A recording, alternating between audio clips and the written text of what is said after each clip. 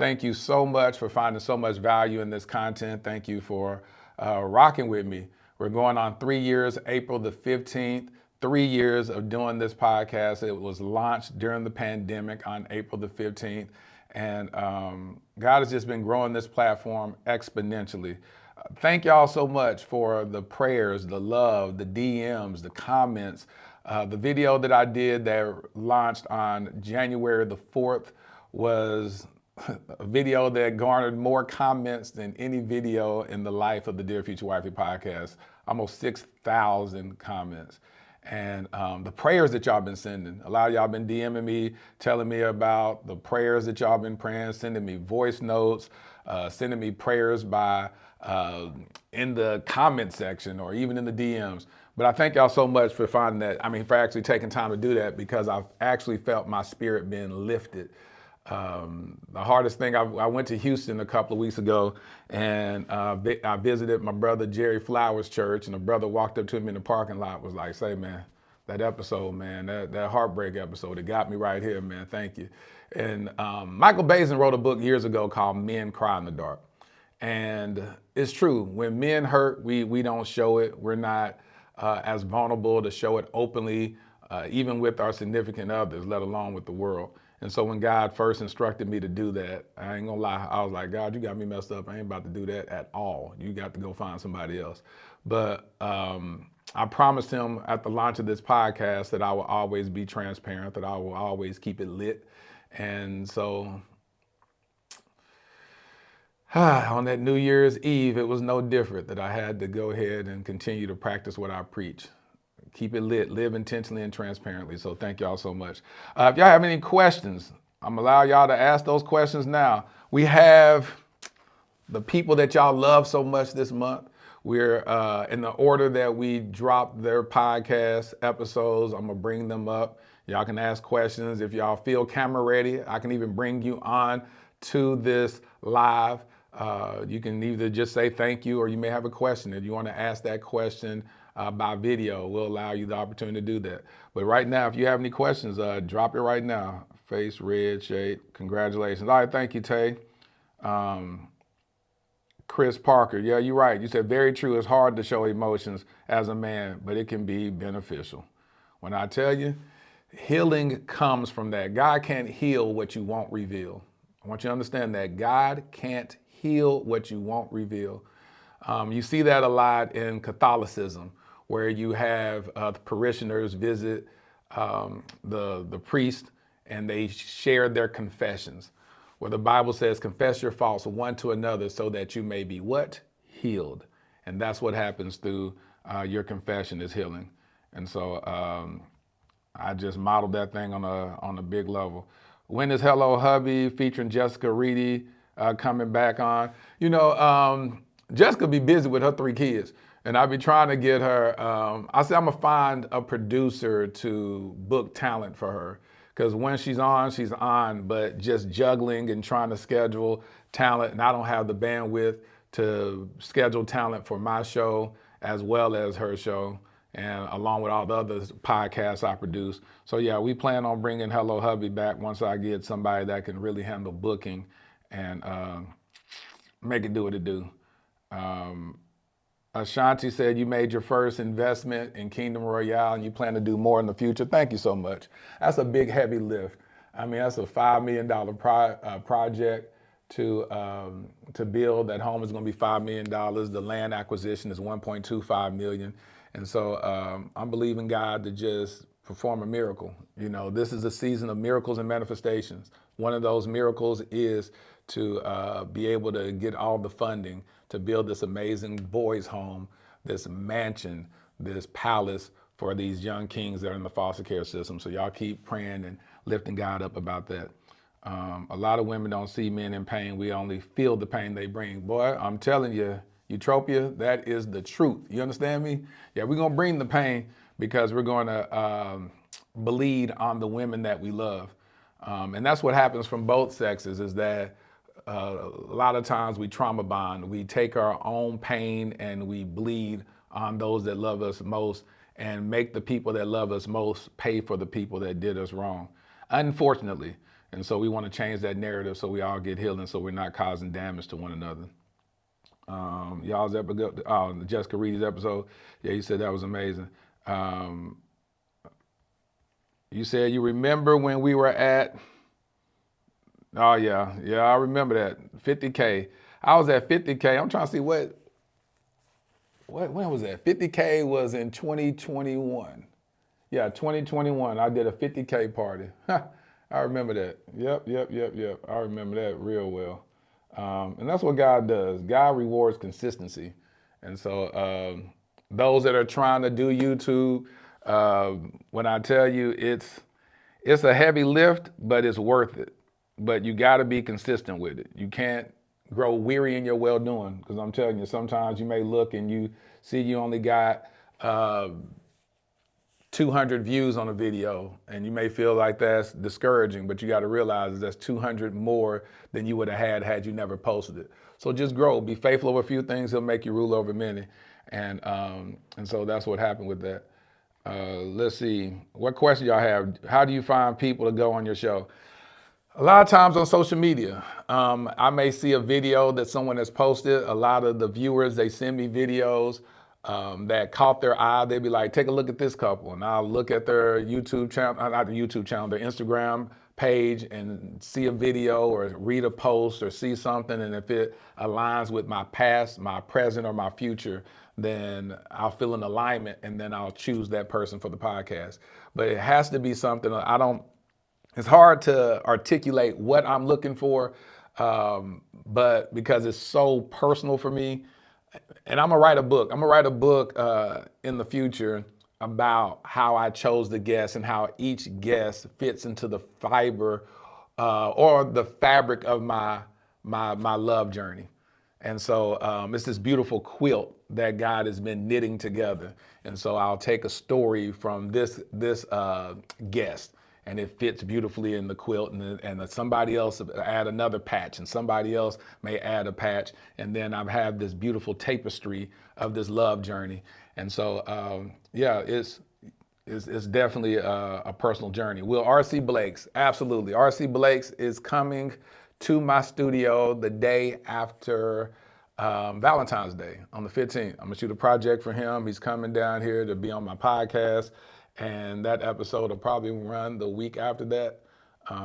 Yeah, I've been waiting to have that brother. A lot of y'all have been asking about R.C. Blake, so that's definitely. How you been doing since the depth of December? Changing the name. A lot of y'all kept saying, change the name. Don't call it the depth of December. That's what I called it in 2015. And so I've been, unfortunately, still calling it that up until this point. But now I'm gonna give it new reference. Maybe it'd be December to remember, and make December a year that I celebrate, or the month that I celebrate great accomplishments, and do a year-end review. How can I get on the show? The world would benefit from my story. To God be the glory. From divorce via text, severely ill, to love again. Let me put you right here. You're in Arkansas. Let's see. So you said your story was. Hold on. So, Ebony, you saying that your husband divorced you by text message? Is that what you're saying? Did your husband send you a text message and say it's over? That's jacked up. I hope he didn't do that. I hope that is not what you're saying. Again, just send me a video, and tell your story. And if it resonates with me, then by all means, I would love to have you on the podcast. As y'all know, I get tons of people DMing me, wanting to be on the podcast. I find that a great honor.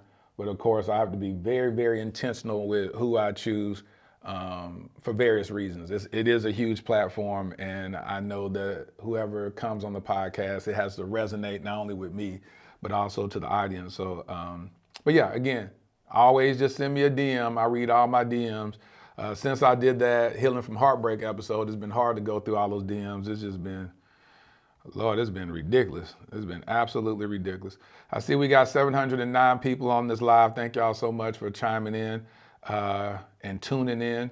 This is absolutely amazing. I used to go live a whole lot more at the beginning of this podcast, and haven't been able to do as much because I've been extremely busy. Any other questions before I bring up my first guest? Experienced a breakup. Asia said, you experienced a breakup a week ago, was set to visit him today morning. That too was asked on a date today as well. Asked God to move on, but is this his way? Is it soon? I feel ready. Okay, so you're saying that you experienced a breakup early on, and you want to know if it's too early to move on. Yeah, that's up to you and God. A lot of people have a different journey of healing. Sometimes you got to get back out there just so you don't grow bitter, but also you got to be aware that if you're not ready to be dating intentionally, then you need to let people know that you're just out here in these streets casually so that they don't have unrealistic expectations trying to find something in you that you're not willing to give. Shayna said, I'm almost 40 years old and still waiting for God's will. I had ups and downs, a lot of heartbreak. Some days I'm in huge faith and some days I just fall down, but I've never lost hope in God. Yeah, I understand. It gets hard. It gets hard out there because, and that's one thing that I never take for granted is the fact that we're all in this journey and we've had these love journeys, and the older you get, the more you begin to give up hope, and you feel like, you know what, when is my time? You're looking on Instagram, you see these beautiful proposals, you see these beautiful highlight videos from weddings, and you wonder when is your time. And especially if you played the bridesmaid in several people's weddings, it can get very daunting. But we just got to lean on that scripture. Do not grow weary in well-doing, for in due season you shall reap if you faint not. And to literally maximize your single life. There's things that you can accomplish as a single person. You ain't got to ask nobody nothing. You can go and come and do as you please. And so take advantage of that. Take full advantage of that. I'm about to launch an app in about 3 months called the Singles Ministry Worldwide. And that app is going to bring singles together, and we're going to do some amazing things to impact the world. It's going to be absolutely amazing. We're going to be doing missions trips. We're going to be doing community outreach. We're going to go on trips. We're going to help each other with our businesses. It's going to be an amazing resource for singles to come together to truly maximize our single season. I wasn't even planning on saying that right now. I was going to do a for real launch of it, but hey, there it is. That's going to be amazing. I am a single mom. If you have any questions, any last questions before yeah, Jamal and Natasha Miller, they actually moved to Dallas. They moved to Dallas a couple of months ago, and I talked to old Jamal. So yeah, I plan on having them on the podcast. Yeah, I plan on having them on the podcast soon. So we'll see what's up. I saw that y'all just said that Michelle, healthy conversations, never give up on hope. Exactly. Savitri, God will restore the years that the locusts have stolen. You better talk about it.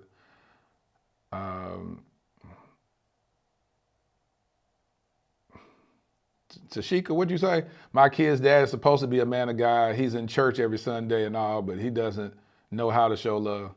Pray for that brother. Encourage him. Yeah, just encourage him. You know, we can. You got to kill some people with kindness. You know. Show love, tell him, speak life into him. Don't always speak negative. Don't tell him what he ain't. Tell him what he could be. It's going to blow his mind. He's going to be like, why are you treating me differently right now? Are you up to something? He's like, you know what? I'm just going to have to start trying to edify you because I want you to be the king that you're supposed to be for our child. And you keep doing that, I guarantee you, he'll come around. How are you doing from our recent relationship, the air? Blue. I'm actually doing pretty fine. Like I said, a lot of y'all's prayers have lifted me up. And my buddy Faith told me in her episode, and she and I have been in communication, you know, we talk all the time, Faith Jenkins, Lattimore. Well, she says something that was life-changing. She says radical acceptance. Now, radical acceptance is not saying that whatever happened is okay or you even understand it. It's about just accepting it, just accepting it. Because what keeps us caught up in stuff and takes us so long to heal is because we go down this this tunnel in our mind trying to make sense of it all. When sometimes you just got to accept it. Just accept what it is and be proud that you showed up in the way that you showed up, and you move on. You move on. It sounds easier said than done, but I'm telling you, that's what I had to do. I had to just say, you know what? I did what I was supposed to do. I loved on a level I've never loved before, and I'm proud of myself, and you move on. What was my Adina said, what was the most enlightening moment in the last 12 months of the show? Well, as you can imagine, the episode that I did where I'm healing from heartbreak, the fact that I could literally go in front of the world and do that was my most enlightening moment, because I don't think I would have ever thought I'd do something like that. And to be vulnerable on that level as a man really showed me what I was made of, because that was, I was scared the day that I released it. I dropped it and I was like, I don't know what I just did, but I had to release it. So that was my most enlightening moment, is to see myself in that level. I'm gonna answer one last question, and then I'm gonna bring up the amazing Griffins. Bring April Mason on your show. I keep hearing about April Mason. I need to find out who April Mason is. A lot of y'all keep hitting me up saying bring April Mason in on. And I'm not aware of her, so I need to find out who she is. How long, Tay said, how long do you think you will wait from that heartbreak to court again? I don't even know the answer to that. I wish I knew, but I just don't know. But I'm very sensitive about the fact that they say broken glass cuts. And so I'm very aware that though I'm not shattered I ain't gonna say I'm not broken, but I still feel shattered. I'll say it like that. I'm not broken, but I still feel shattered, because I still have to reconcile what went on. Like, how did, hearing the voice of God, feeling that I was moving with intentions, all that type of stuff, I still have to reconcile it. It's like when you overdraw your bank account. Back in the day, boy, my account, one time my account was overdrawn like $600. Well, I said, Lord Jesus, I don't know how they're gonna get this money. But when your account is overdrawn, you're at a deficit. And then you have to reconcile that account to figure out, how did I get overdraft? How did my account get overdrawn? And then how do I make up the deficit in it? And then, if you like me, you still had other bills that need to be paid, so you still got to pay those other bills. And so that's a reconciliation phase. The reconciliation phase that one has to go through with themselves is to literally do some internal work to say, okay, are you, and I'm a very cerebral person, so I go in and think about everything. I literally reverse engineer everything and be like, all right, I felt this way about this person. I felt like I heard this. That's what made me move this way. And then when I heard this what made me go deeper, all this type of stuff. So it's a whole journey of reconciliation within myself in order to get me to the place where I feel like I could be, that I can look at the next person as, date them with intentions. It's a whole nother phase, to be able to date them with intentions and give them the same measure of love, if not more, than I gave the last woman, because I don't want to show up in the next woman's life and say, well, this right here didn't work this time, so I'm going to go ahead and give this other person a substandard version of me. That wouldn't be fair. And I definitely don't want to bleed on that next person. So that's that. So don't know the timeline, but I'm submitted to God. And let me go ahead and bring up the Griffins. So y'all saw this episode. Y'all know for since the beginning of this podcast, I always wanted to have wisdom on my podcast. And so without further ado, welcome the Griffins. Let's see. Y'all there? Yes, sir. How you feeling? I'm doing fine. We are here. Y'all are here. Let's see. I'm gonna bring y'all up. on the left side. So they can see y'all totally right now. So what kind of feedback have y'all gotten from the podcast? Phenomenal. Absolutely phenomenal. That our remarks were absolutely received in the best kind of way. I felt like we were doing a great work, that the people understood our hearts and our message. We didn't script anything because that's not how we live, but it was from our hearts, our life that we shared. We talked about the experiences that we've had and what broke us and how God mended us back. Because only God can put pieces of a puzzle when it comes to your life back. Because there are pieces that you didn't even know were missing. So God did that for us.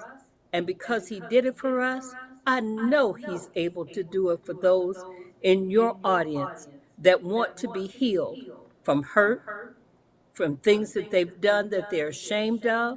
God is a blanket. He knows how to cover you. When you're hurt, when you're disappointed, when you're okay, Daddy, I'm taking over. So go ahead, Papa. How you doing, Mr. Griffin? Much better since the last time we talked earlier today. Before I answer your question, I need to let the people know what happened. I talked to Mr. Whitfield for those who are watching and listening, and what I'd done, I had taken some catfish out to thaw out, and I put it in the sink, ran some water over it. My son came back. We had to go take care of some business at the church, and while we were on the expressway, the Lord spoke to me and said, "You left the water running." And so we doubled back home, and of course, the water was everywhere, all over the floor and all of that. And I told, as I told you, Brother Whitfield, I had to hurry up and get that water up and clean up before my lovely Brad would come back home, and that would be something that would be all over the internet for the rest of our lives. So I was able to do that.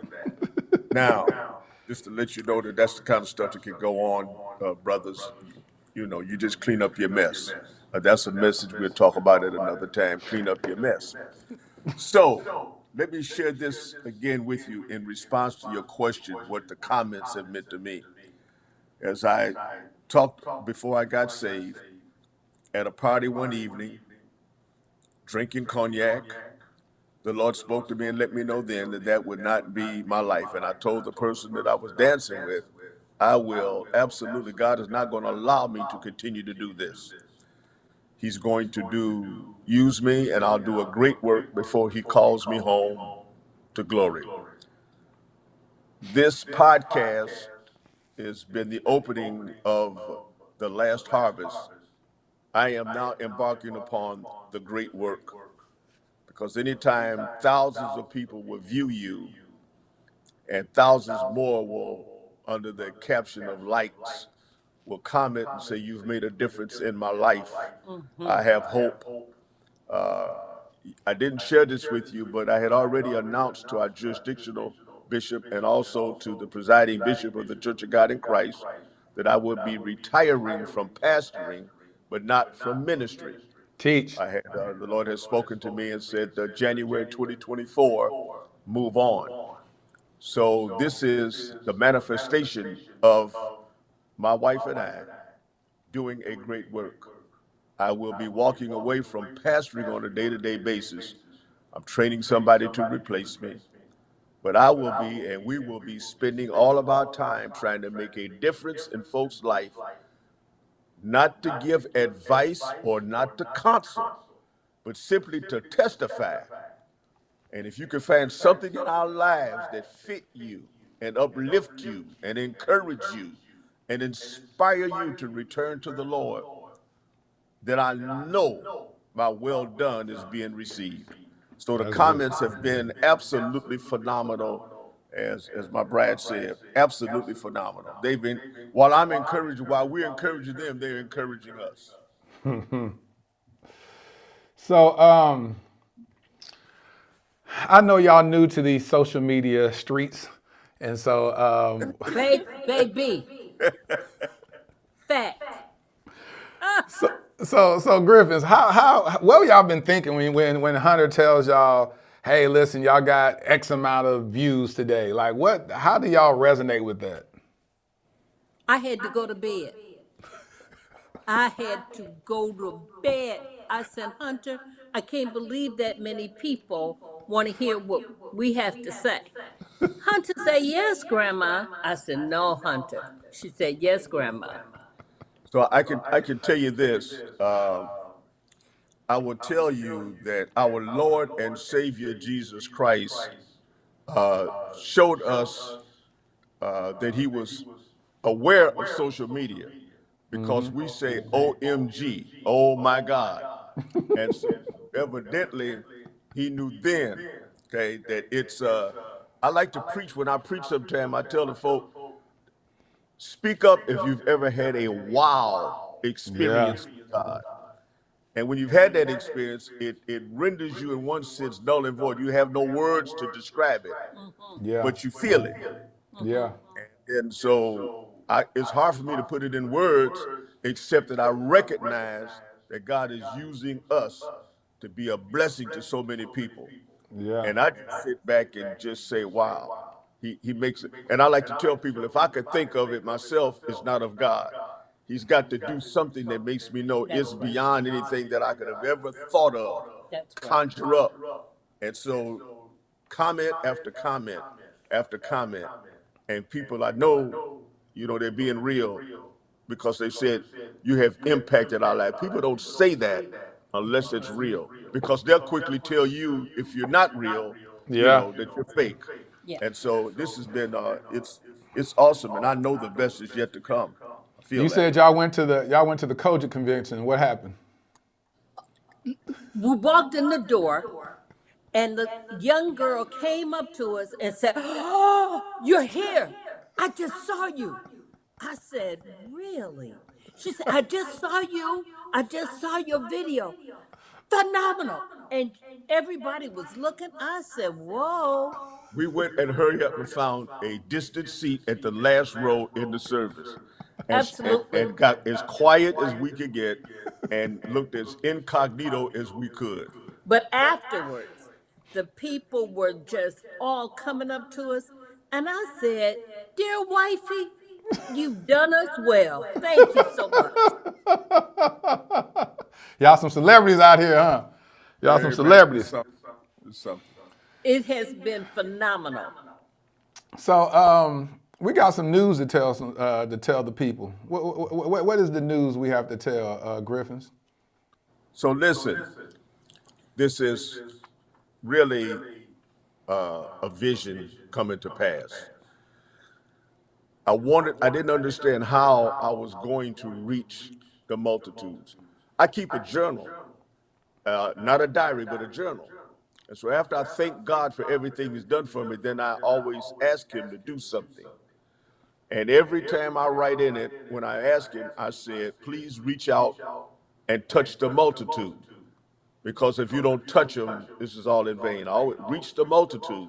And I didn't understand that until our granddaughter Hunter said that you were interested.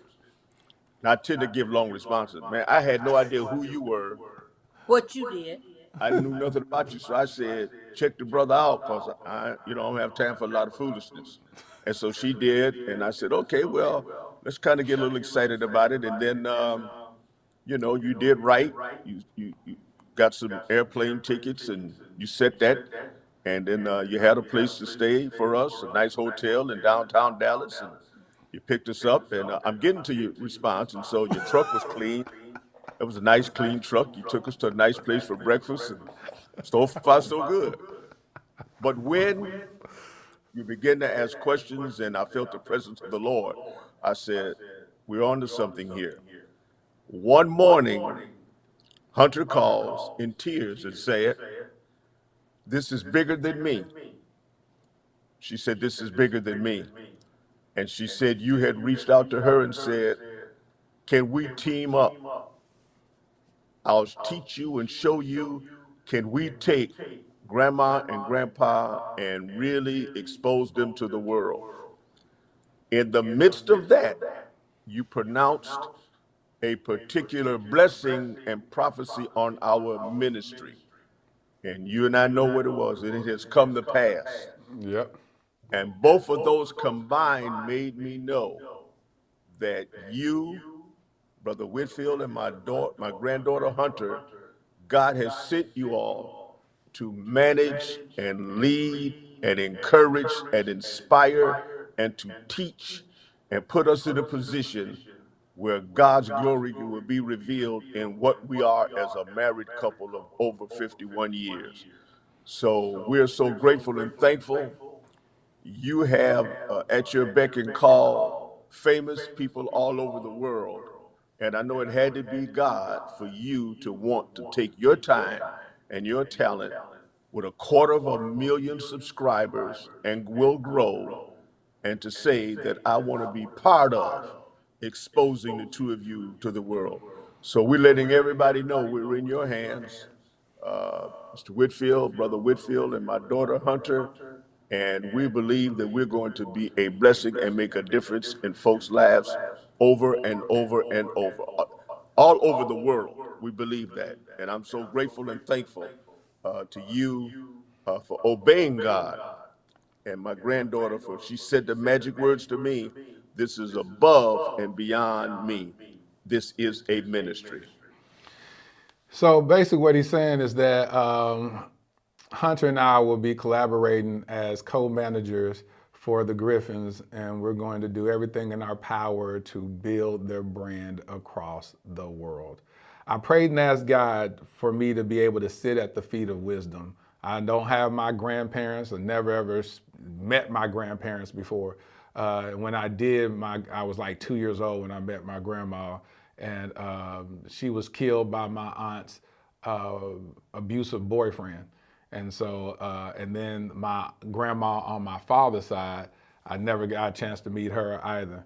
And so, you know, that has been a void in my life growing up. And I've always admired the elderly because they come with such a wealth of wisdom. And they also, they don't play games. If they don't like it, they tell you they don't like it. They just real. They've been living on this earth too long. They don't be like, hey, I don't like you. Something wrong with your spirit. You know? That's how. And we're too close to eternity to play. What'd you say, Grandma Linda? We too close to eternity? Too close to eternity that we're gonna play. But I need to say something. You just said something that caused me to respond. You and Hunter are going to manage us, but you said you were looking for grandparents. That's a separate contract, and so we'll talk about that. Praise All right, the we Lord. gotta talk about that. We gotta renegotiate then. We gotta renegotiate and we gotta add grandparents into it. It's a clause. It's an addendum in it. Well, no, I got you on video in the first podcast episode where you said that, hey, we family. All right. Now you remember Absolutely. that? All right. And he can't be over there telling you what position he want to have in your life. Well, So we're gonna be there to fill in wherever you need it. I'm going to tell you like I have a frat brother named Virgil Spider, retired police officer. He Yeah. likes to say, "Don't confuse me with facts."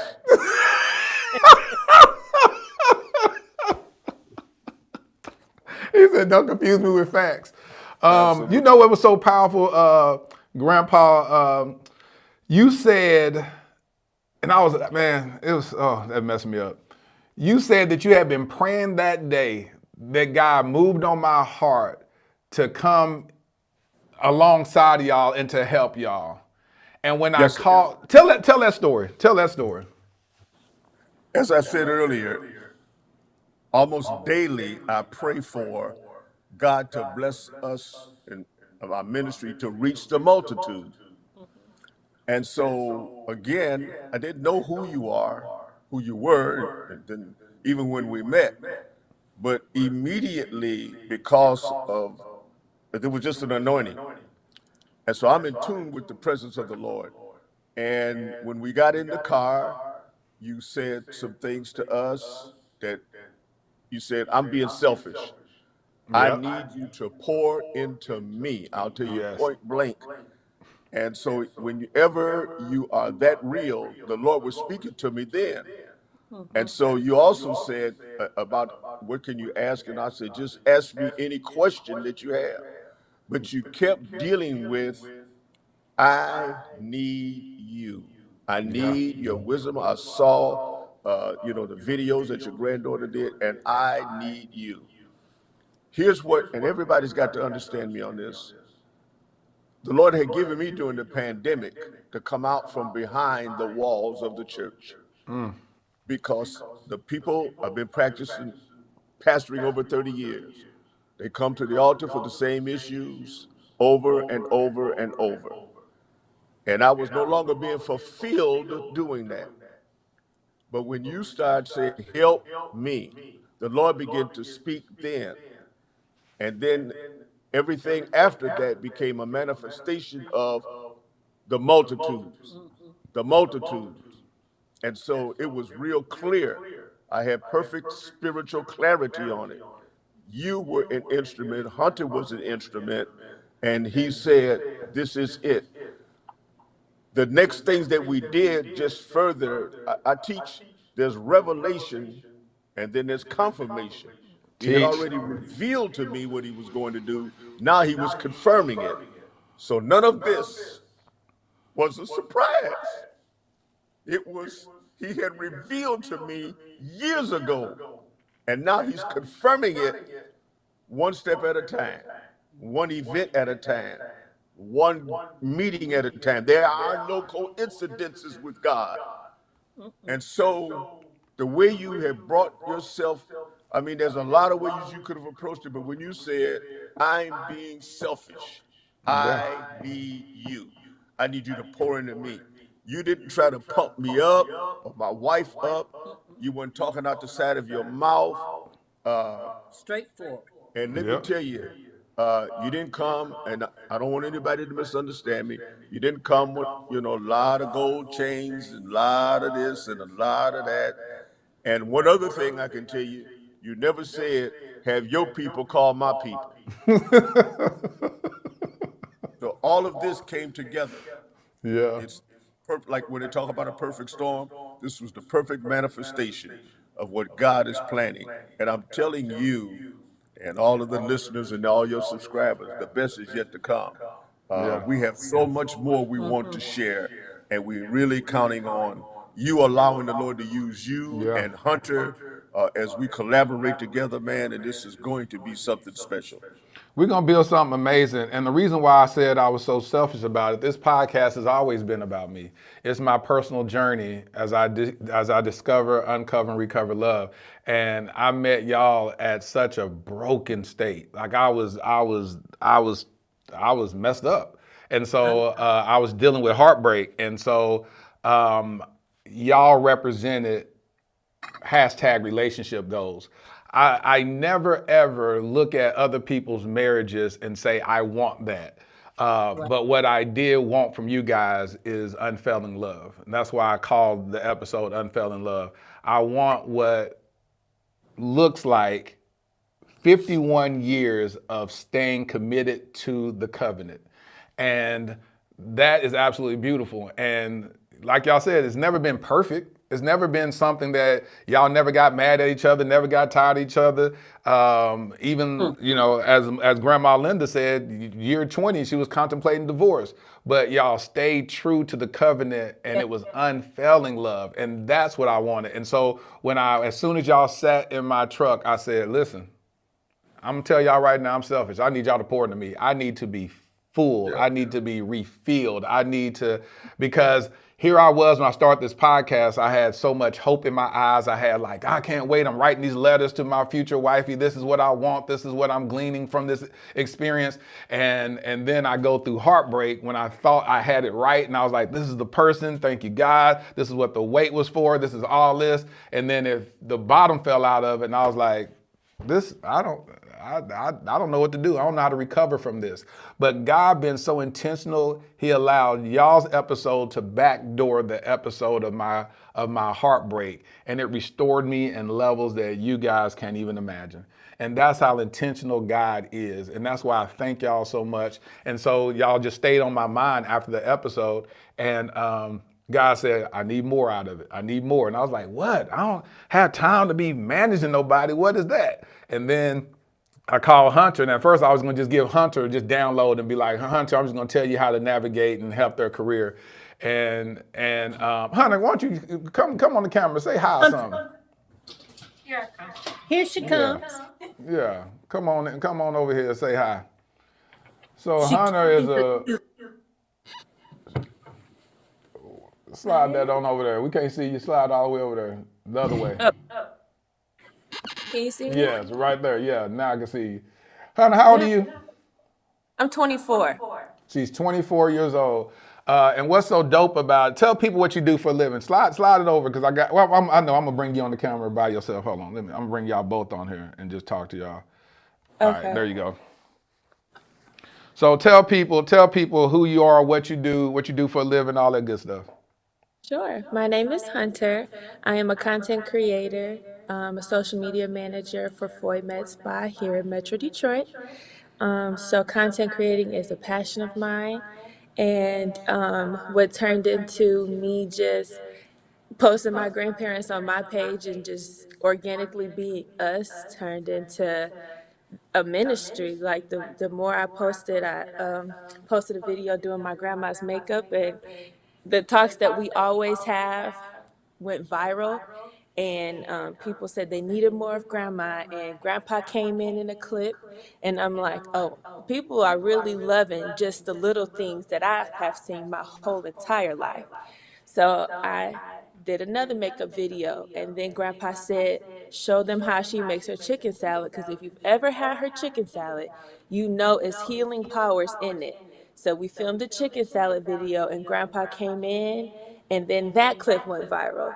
And then she made her roast recipe, and then that clip went viral. So by that time, I was just like, okay, my grandparents are needed in a world, in a generation where love is not here. Love is very rare. And I was like, okay, I'm going to keep them on my page. And then we went on the podcast, and then it has just blessed all three of us. So it's amazing. I'm just like Grandpa said, it's definitely a wow factor. I have prayed for my platform to be a blessing for people, and it's finally becoming that. So I'm just grateful, and I'm happy that everybody is not only loving my content, but my grandparents' content, and we're going to keep it coming. Love it, love it, love it, love it. So that's going to be, she's it's going to be co-managing me with the Griffins.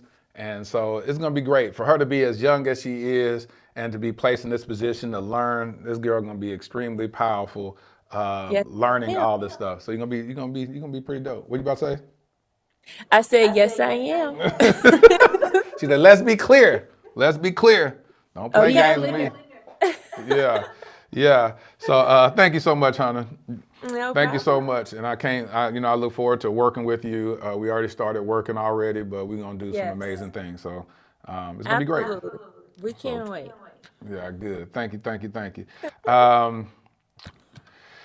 Oh, Grandpa and Grandma, y'all are amazing. A lot of people have found so much value in y'all's episode. Hey, listen, if y'all have any questions, drop your questions real quick. If you have any questions, ask away. Let's see, her grandfather looking at her, so much pride. Let's see. What question y'all have? Y'all have wisdom before you. What question y'all have? Let the confidence, hallelujah, keep blowing what you're doing in the mouth of babes. Brunel. Shared it, my entire family. All right. So do y'all have any other the Griffins? Anything you want to leave us with before we let you go and get ready to bring up Rashid and Symone? Let me Oh, just someone, hold on. Someone just asked this question. They said, how do you keep hope in this hopeless world? So Aunt Patty Cake said, how do you keep the faith and hope in this hopeless world? So that'll be Grandma Linda. Absolutely. Thank you for the question. You cannot get through a day without praying. The enemy absolutely knows what are your triggers, and he will send things into your life. When everything is going wonderful, he'll sucker punch you in the middle of your back. Things that you would never expect to happen in a day. But I have always gone into my secret closet, the closet that I would open up, and I would tell God about it. See, I found that God will never ever share your secrets. He'll never tell about your hurts. He'll never tell the things that have hurt you the most. But if you will pray, that hope will be revived. But you got to pray and talk to him and believe that he's there. Sometimes I'm just in the house and I'm cleaning. And when I get in a place where I'm being challenged by the enemy, I will go in the kitchen and I will clean the kitchen. And as I clean the kitchen, I'm singing a song. I always have a song that I will bring forth. And before I know it, I'm in a happy place. Don't mean that my problems haven't gone away. No, but it's if I can get to a place where God can reach my heart and I can reach his ears, he and I will be in sync. So I would say that for your hope. Hope will come back because it is alive when you talk to God. I use the scripture, he will keep us in perfect peace if we It's keep our mine. mind stayed on him. I could just quickly tell you that when we declared that there was a pandemic, and it was just the two of us, and people that we loved were sick and dying around Oh us God. almost daily, we kept focusing on the fact that not those that died, but those of us who were Who are never living. afflicted in the first place. That's right. You got to keep focus. If you recall, one of the things I said is always count your blessings and never your disappointments. That's right. Always count your blessings and never your disappointments. That's right. And so to the sister, to mother, in a hopeless world, count your blessings and not your disappointments. That's right. And keep your mind. You got to keep the prayer as Linda has said, as my bride has said, you must pray daily. And then you keep moving. And then you'll learn to surround yourself with other prayer warriors. Okay? Evil communication really does corrupt bad manners. It'll mess you up good manners, brother. So you got to be so careful with that. And every day that you wake up, start the day off by saying, Lord, I thank you. You got me through the night, and I'm going to need you to get me through the day. Lead me, guide me, direct me, touch me, anoint me. And just, you talk to him. And when you talk to him, He'll answer. and you go to praising him, he then becomes obligated to walk you through. And it'll happen. The hopelessness is only in those who don't believe in the same Savior that we believe in. Okay? Nobody can profess to know Christ and believe that everything is hopeless. All right, last question. After all these years, how do y'all still look at each other like y'all just met? Because he is my boyfriend. Well, I guess, to the brothers, my wife sometimes she likes to wear pants, and that's good. I'm not talking about church stuff, but I tell her to wear skirts because I like looking at her legs. Okay, and brothers, I'm gonna tell you, if you thought you had game to get your wife or your girlfriend, Better don't keep it stop up. running your game. Keep Okay? it up. I keep running the Bring game. me flowers. I bring her flowers when there's no holiday. That's it. You know. Talk to him, Yeah. Pastor. Talk to him, And baby boy. God healed me of being a diabetic, but I used to on Sunday morning tell the people I can't kiss her because she's too sweet and I'm already a diabetic. Now See? you can say that's See? old, but it works for me. It works Okay, for so me we too. keep it live. That's what we do. We go about every day doing what we can to. Okay, girl, you looking good today. What can we talk? Okay. Oh yeah. Yeah, I we know love it. what's up. We know I what's love it. up. I love it. I love it. Well, listen, y'all, man. Any parting words? I'm gonna be redundant, repetitive, and then I'm gonna say the same thing over and over again. Count your blessings, never your Never your disappointments. disappointments. Start your day off counting your blessings, but not your disappointments. that starts your day off with energy and purpose. And then ask the Lord to govern your day.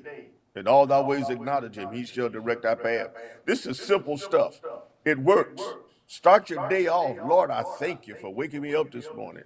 If you slept under a roof, Lord, I thank you there's a roof over my head. If you got to change your clothes, Lord, I thank you I got some clothes to put on and shoes on my feet. And if you think you're going to eat, thank you in advance. And I'm going to really let this go, but I got to tell you this. When and you heard me, when I sit down to eat now, I don't just pray the same prayer. I pray, Lord, I thank you for the desire to eat and the ability to taste and digest food. Because when I was getting that radiation going through cancer, I had no desire to eat, no taste, and no digestion of food. That's right. You got to be grateful for everything. Be grateful. Everything. And gratefulness is the manifestation of just how thankful you are. Yes. Thank you, Lord. That's to being courteous. But when you're grateful, Mr. Whitfield. God has blessed you, and you say thank you, but you're grateful because you're giving back. Gratefulness is an action that follows how thankful you are. And that's how we roll our days. And I just want to say this for you. It is not the right one, and it's not the right time. But when it is the right one and the right time, that door is going to open and she's going to come and she's going to embrace you like you've never been embraced. And you're not going to have a long courtship. Not at all. I'm telling you now, you will You'll not have a know long her. courtship. And Why do your you say that? Why you say that, Grandpa? Because you'll know you're a spirit-led man, and you're going to know it. And when you see her, when God bring her into your life, you're going to say, this is it. God has just answered my prayer. And you're getting ready to tell her, let's go. Let's go. And she'll be waiting for you to say it. You'll see. And call the Griffins, baby. We know how to get on an airplane, and he's licensed to marry you anywhere. The only other thing I'll say with that is be sure in that process you go to the family reunion. Please go. Check them all out.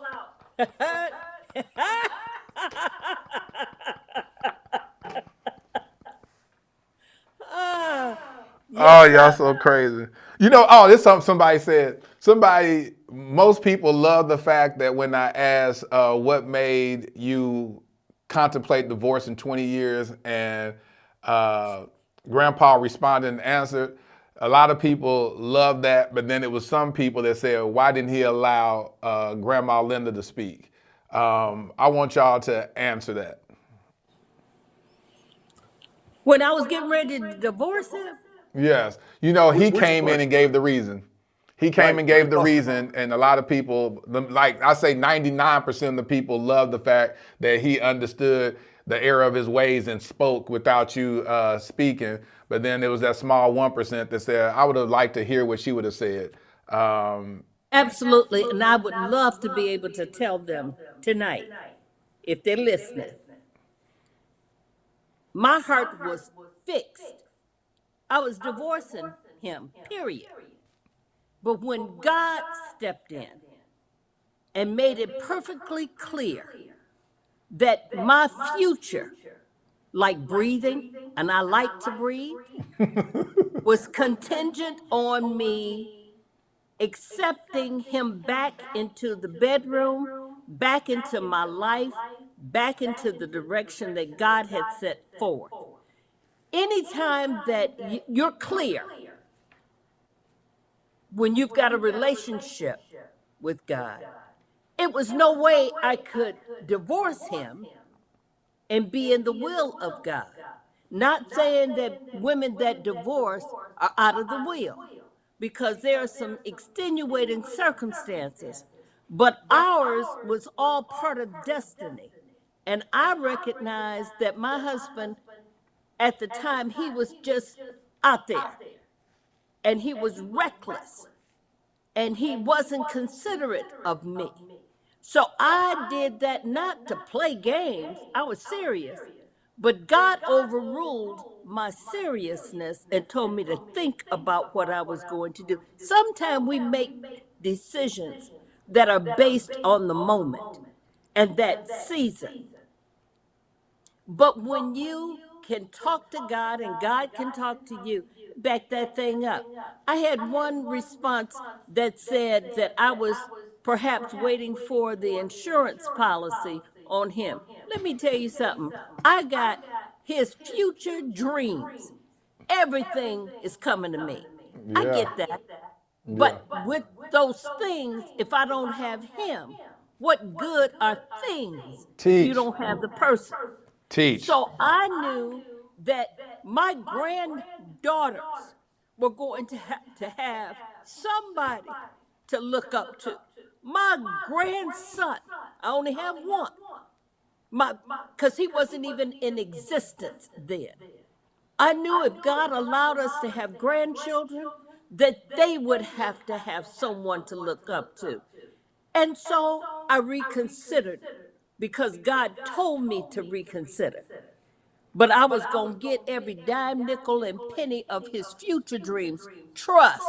Whoever got him after me was just going to get a share because I was going to the bank. I ain't lying. I was going to the bank.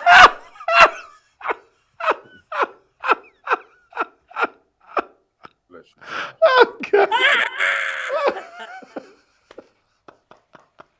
So Grandma Linda, you gonna take him to the bank? I was going, yeah. Me and the attorney. But you see, that would not have been in my best interest because Oh I would God. have had the 401k, but I wouldn't have had him. Teach. And that would have caused me to be out of the will of God. And anything and anybody that want to please God understands that there are things that only he can direct. Yes. And when he directs you, you better get into his will. Not his permissive will, but his perfect will. Let me add That's big. something to the 1% again, and let me make this clear if I didn't make it clear before. She was not acting out of weakness. She wasn't desperate. The question was, how after 20 years, then what happened? What caused it? So my Right. That's the question. response was, that was the question. So my Yeah. response was, I simply stopped paying attention to her. You could play the answer back, but I Yeah. don't want anybody ever to get the misconception that she was desperate and a desperate woman who could not make it without a man. That was not the case at all. Okay, and I want you to also understand, not in semantics, but earlier in the podcast tonight, you said she was contemplating divorce. She wasn't thinking about it. She had got an attorney. I mean, she put it in Yeah, that she had about to take a lease on an apartment. I mean, there wasn't no contemplation. She was through thinking. She was right. acting. Absolutely. Let's I was involved understand in that. that process. Right. I hope that helps the 1%. Yeah. Grandpa, Let me right? let You let's said she be wasn't clear. contemplating. She was starting. No, she was beyond contemplating.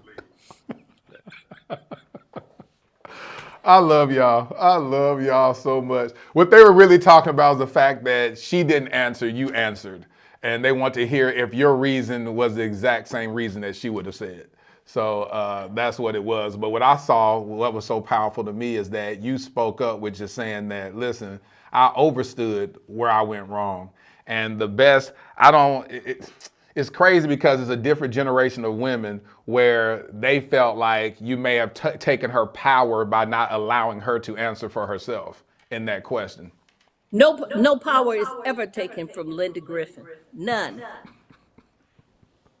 I got full. I'm all woman. All.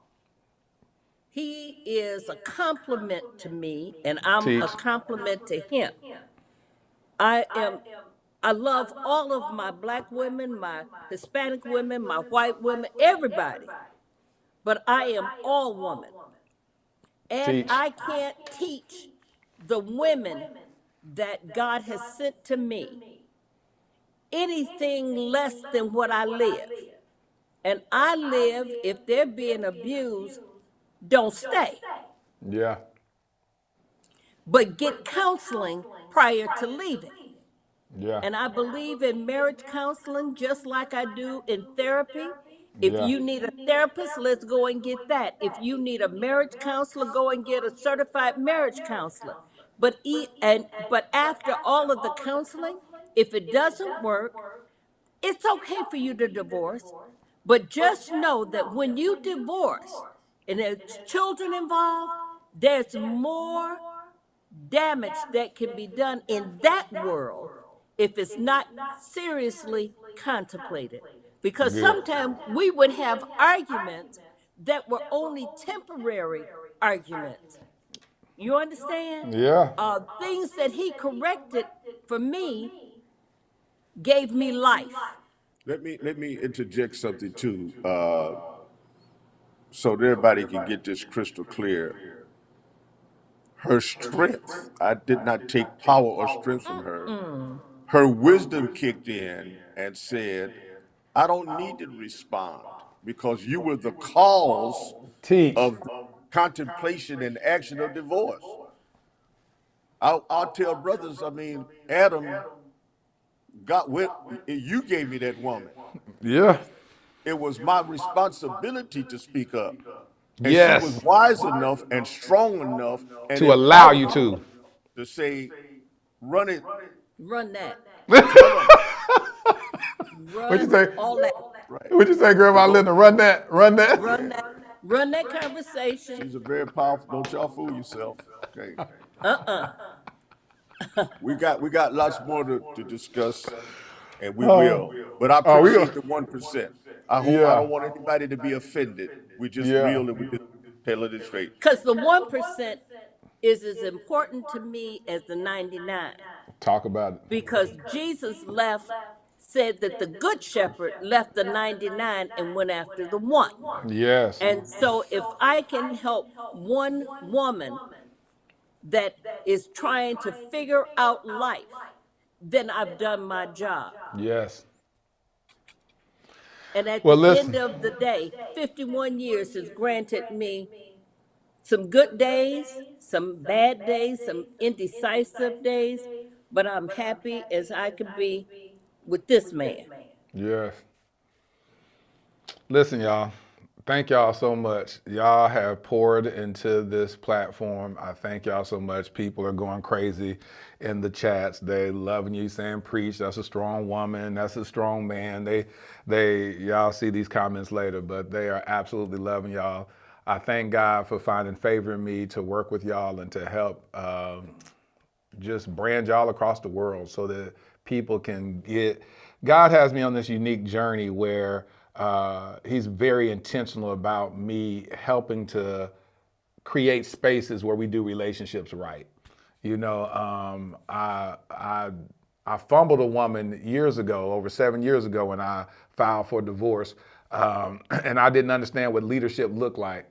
And so I wasn't the man that I was supposed to be in that marriage. And so now God has given me a huge do-over where he's allowing me to heal in front of the world so that millions of people can find healing and restoration and knowledge. It blows my mind when I did a live on IG last week where a 22-year-old who watches my podcast, young girl out of Florida, that said she watches the podcast because she wants to learn how to do relationships right the first time. And that blessed me so much. It's so many young people that's watching the podcast that literally leaves me in tears at night to know that God could take my pain and transform it into a platform that changes people's lives. So thank y'all so much, Griffins, for pouring into us today, for revealing who God is, revealing what love is, to reveal what unfailing love is. And I thank y'all and I salute y'all. God bless y'all. Y'all take care. Good evening. Peace. Good night, man. Love God y'all, bless love y'all, love y'all. God bless Back, you. love you back, love you back. All right, take care, brother. Wow, hope y'all found a lot of value in that. That was absolutely amazing. Wow, so let's go ahead and bring up my people. Let's bring up Symone and Rashid. What's up, family? What's up? What's up, man? How's it going? Man, How it's you going doing? absolutely amazing, man. Let me tell you something. People love y'all. People loving y'all. I got a bone to pick with you though, man. Go ahead. What? Go How ahead. you gonna bring us on after the Griffins, bro? Like, come on, man. Well, we got to reverse Bro, engineer. really? We got to go from 51 years of marriage to the beginning stages, Man, that was the engagement. benediction. I know it. I know it. Absolutely. I I had my know it. hand up most of it. Yes, and I did, Grandma. I want you to know I did what you said. I went to his family reunion, and I've been to a few other family reunions that didn't go so well, but it went really good. Oh, I was the favorite. Well, Right, go she's a ahead and say hi favorite. to You them. look like I'm gonna let y'all cousins. say hi to them. Everybody They thought right you here. was They still in the kin. green room. Go ahead. You can say. Griffin. God bless you. Yes, she was God bless you giving both. him. Yeah. So you say Yeah, y'all she went looked to the like family reunion to see if the family was crazy, so you know what you was getting into. Absolutely. Exactly. There was a guy I'm sorry, I gotta tell this story. This is a good one. There was a guy that I had to dump one time because he was a terrible human being. And at the time I was living in New York, and my daddy, he said, "You got two choices, little girl. You either get on the plane voluntarily, or I'm gonna take a U-Haul from Cedar Hill to Manhattan and come get you." I said, "Oh, I don't want to do that because he's gonna come with his gun, right?" And so I came on down voluntarily, American Airlines. But then he was trying to get me back, and he invited me to Thanksgiving. And so my mama said, "You need to go." I said, "But Mama, you told me I got to break up with him. He's like Master Shredder. He was like a little bitty man who had to be in control. You said I got to be." She said, "No, you need to go. That way you can know just how crazy his family truly is." And I went and I synced it all. Synced it with the T. Oh, it was bad. She synced it. But then I made all of them love me. So every Thanksgiving henceforth, they said, "Oh, whatever happened with Simone?" Now he's about 43 years old and still ain't brought nobody Thanksgiving. Now I know what she's talking about. Thank you, Grandmother. Thank you. You are welcome, my baby. Say, do y'all have any questions for them before I let the Griffins go? You got something, baby? Cause y'all engaged. Y'all about to get married in a couple of months. Yes. Oh, So let's see. what would you like to ask them? I have this really bad habit. Sometimes he'll do something, and like the other day, I accidentally let the window down on his Porsche, so a lot of rain got up in there. And I was so angry that I couldn't find a single reason to make it his fault. Right. Do you ever have Look how she times jumped back. when you just say, Ba- "I'm sick of you, but I love you"? And how do you work through that? Girl, you have just taken my entire breath. Did you say you left the window down on his porch and was girl, then let me tell you something. Right. Ooh wee, you are my one. Cause you just ran some game. Nope, every day of my life. I love him with my entire heart. Because we've gone through the good, the bad, and the ugly. Now you getting ready to go through, and I just wish you luck. Next time, put the window up, my girl. Put the Yes, ma'am. window up on the porch, please. But now, okay. Thank you. You're right. Thank you, Thank you, grandmother. I ma'am. need to ask Pastor Griffin. Now, how do you handle, because I talk to a lot of buddies of mine, friends who've been married, divorced, or still married. And similar, I'm going to piggyback off what she said. How do you handle when you feel like everything is your fault? You can't do nothing right at all. What do you do? Do you go to your prayer closet? Do you go to your man cave? Or do you go for a ride around the block? Or do you just go to bed? Sometimes it pass all of the above. But let me just, you know, and before the Lord delivered me, I would do a little something for the head, and you know what that means. Yeah. So, but after you get through with that, you search yourself. And I tell her this even today. When she disagrees with me, I'll tell her, "That's on you. I've prayed about it. I know I treated you right. I've taken it to the next level of my love for you. You need to ask God to help you. But first, you examine yourself." I don't ever think that I don't have those days anymore where I beat myself up and say, I can do nothing right, because there is no day that I have like that. Once you absolutely commit your life to the Lord, and then you got to keep a little sense of humor. She'll say, "You're not perfect." And I'll tell her, "Well, I know, because, Jesus remained a bachelor. And so he could be free to do all that he did. Man, you got to be sure of who you are and who you are in Christ. Okay? And that means self-examination. And let me just tell you this. I know the women are gonna go crazy when I say this, but Don't say brothers, it. but Don't say but I it. Preach it. gotta say, Preach it. Preach it. let me tell you something, man. Woman wants a strong man to protect her and be a provider and to give her comfort and security. And that the same woman will test to see if you're going to be just that. So you got to learn how to be a benevolent dictator, a chauvinist. Yeah. That's And good. Talk we'll that. talk, me and you. Sometime when couples want to, I've done over 100 weddings. I tell the brother, I tell the man, some of my counseling is just got to be you and I, because I got to talk about some things that pertain just to men. For And sure. other occasions, I'll have my bride to talk to the woman and the man. Sometimes he needs to hear a woman's perspective. But who really talks as black men? Who really do we look up to? Who do we really have to turn to when all of the statistics and all of the data and everything seems to render us null and void? That's not true. There's some strong black men who love our families and love our women, but I tell you both, what before you get married, you'll want to talk to us again because every crazy thing that you could imagine, folk go get in your business, they go tell you all kind of crazy stuff. Y'all need to go find some quiet time together. Keep your Right. business to yourself and work on it quiet and don't have a real long engagement. Okay, if you're really sure that's what you want to do, go do that. Do Oh that. yeah, wedding is in 2 months. And I'm gonna tell you this, simply because you asked, you could come directly to us, or you could go through Brother Whitfield, and off air. Where do you live? We're in Houston. Okay, I got another reason to come to Texas, and because we're gonna be Yes. meeting, and we'd be glad to figure out how we can hook up and go, to dinner or something quietly and just kick it and talk to each other straight up. We'd be glad to do that.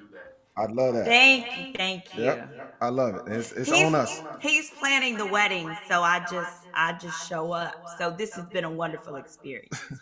Wow, And that's girl, let me tell you, I love it.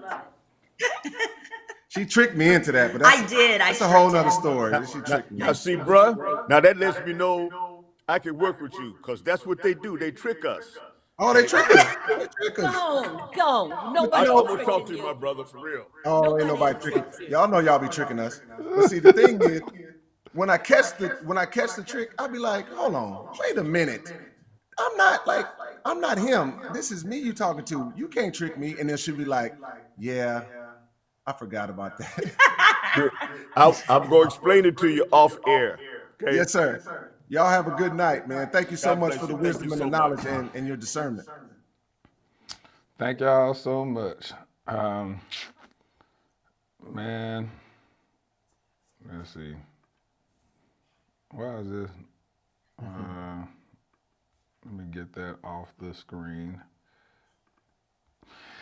All right. All right. So, what kind of feedback have y'all been getting since y'all been on the podcast? You want to go first? No, you go first. First and foremost, I've heard that Simone is crazy in a good way. In a good way. I've seen. Jesus loves you, but I'm You his gotta- favorite. Oh, sorry. Jesus loves you, but I'm his favorite. I have to frequently remind him.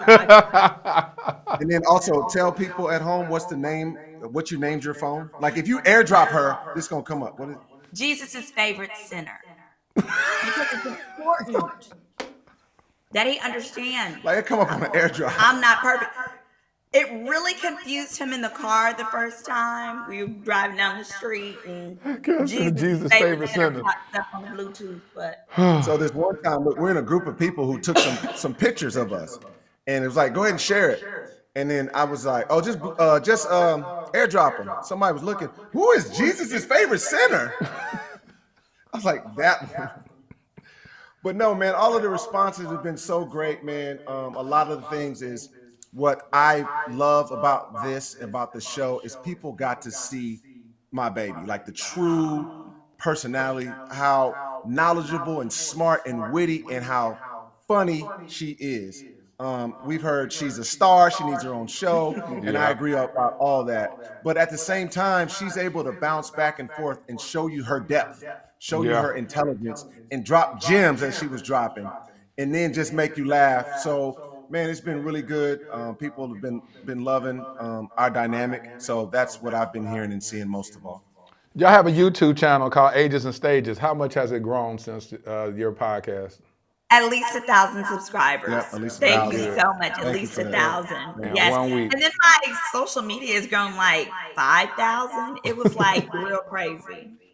Yeah. Man, when I say y'all have reels that on TikTok that I posted that Rashid has a reel that got 400 and some thousand views. Another one that has like it's crazy. That's what I love so much is to introduce the world to people that I love. So 409,000 on Return Her How You Found Her, 644,000 on the video I Will Not Waste Your Time.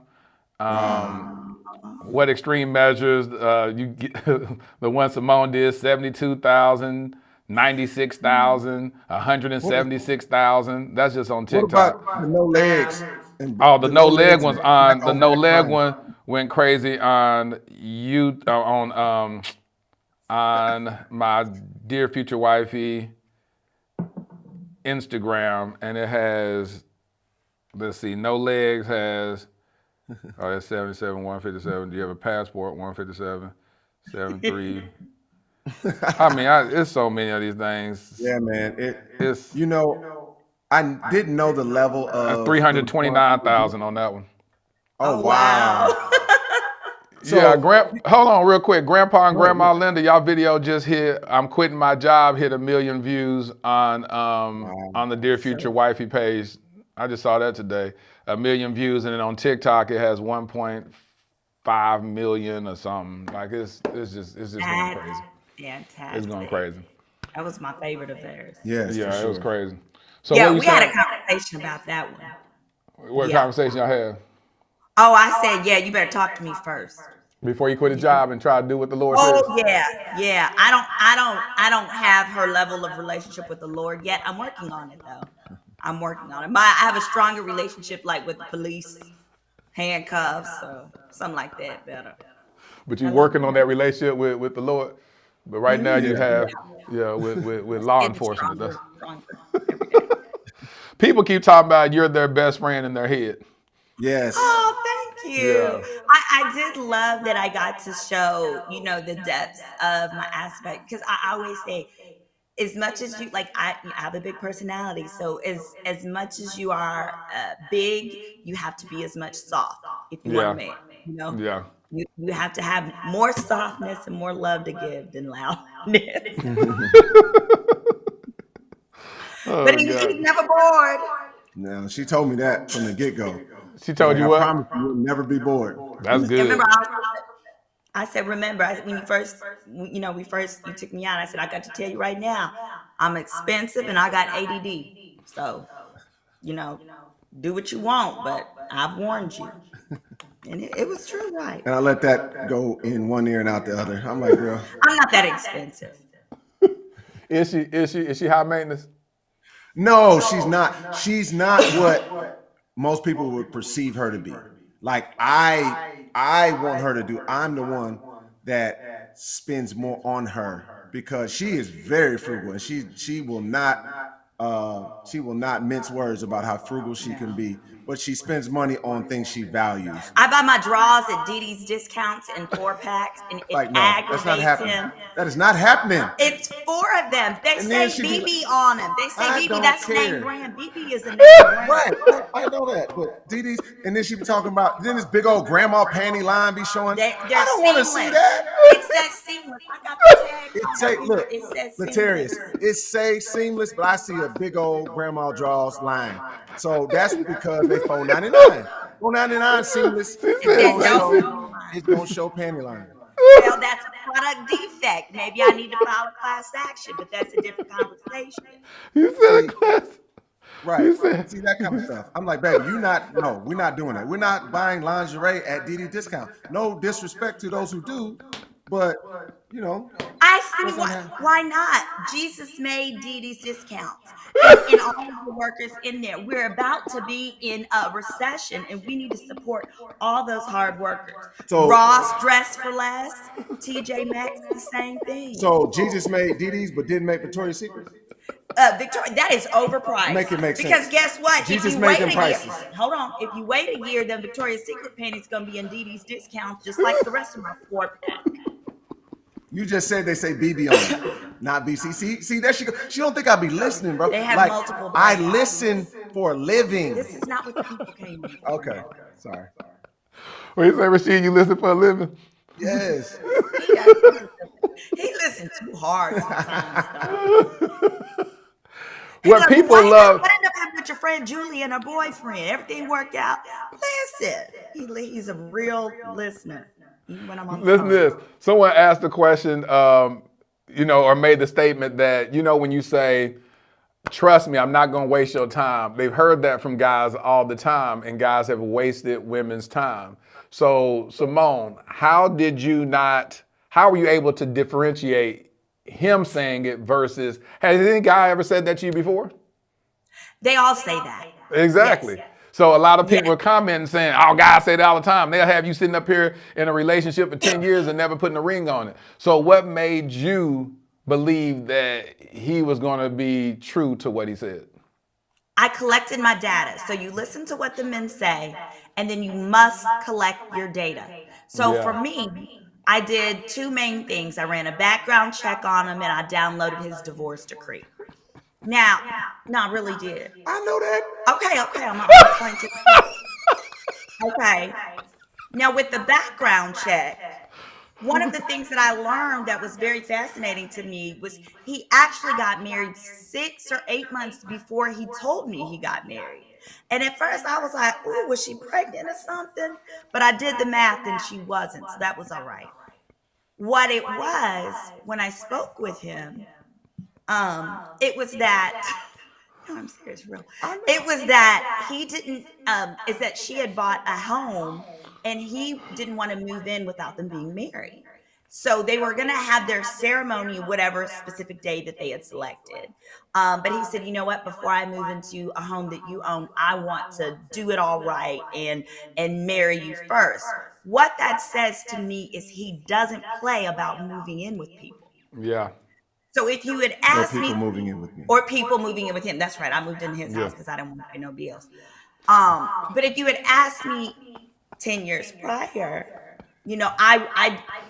I don't know that I would have done all that, but I did that. And then I also went and I downloaded his divorce decree and I read through it all. It was consistent with his version of the facts and what he had explained to me. And I also knew that it was an official divorce. So from when...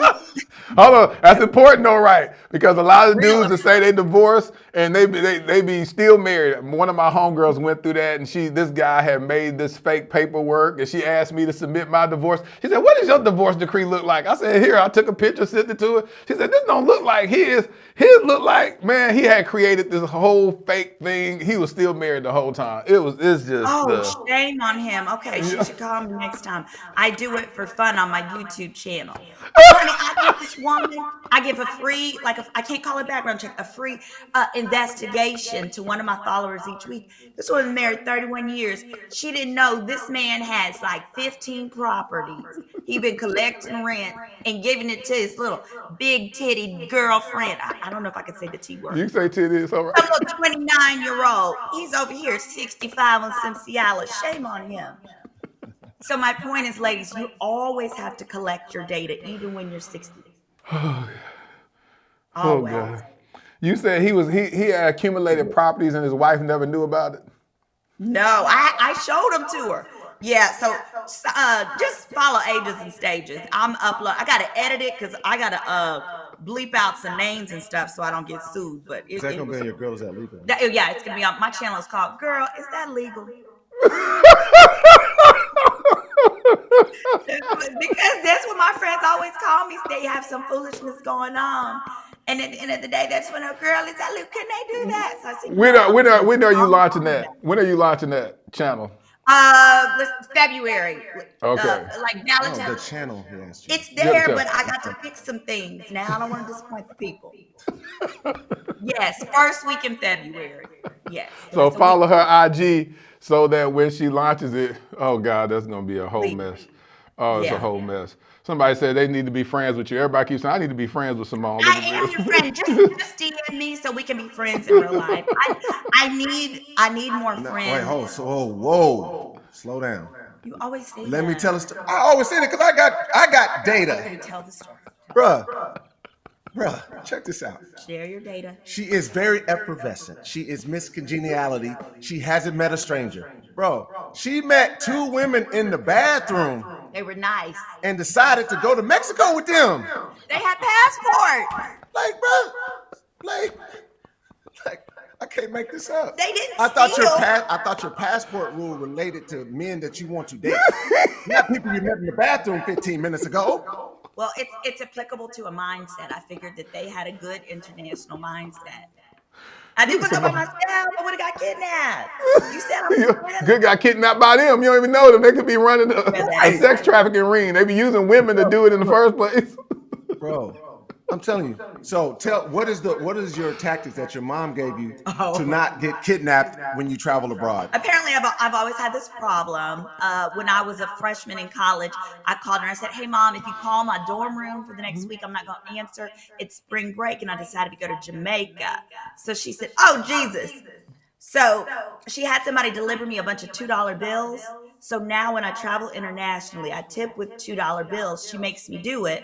She said, so this way, when I get kidnapped, she can call the U.S. Embassy and say, follow the black girl with the $2 bills. Can't be too many of us. And I've never been kidnapped either. Because I tell them when I get out the cab or I go to the restaurant, I say, hey, I'm tipping you with 2. So if you murder me, they're going to find you. Ain't no Natalie Holloway over here. They don't kill me. Oh man. Oh, And real what did your talk, parents though, say so when they I'm watched the adopted. podcast? Go ahead. What did your parents say when they watched the podcast? My mother said, I love it. You didn't even use any cuss words. This was great. I love it. Absolutely. This is excellent. But my mom celebrates Tuesdays, so it doesn't really surprise me. She thinks everything I do is great. But she doesn't like it if I cuss. So she said, you probably helped a lot of young ladies. I said, Yeah, you did. Rashid, what your parents say?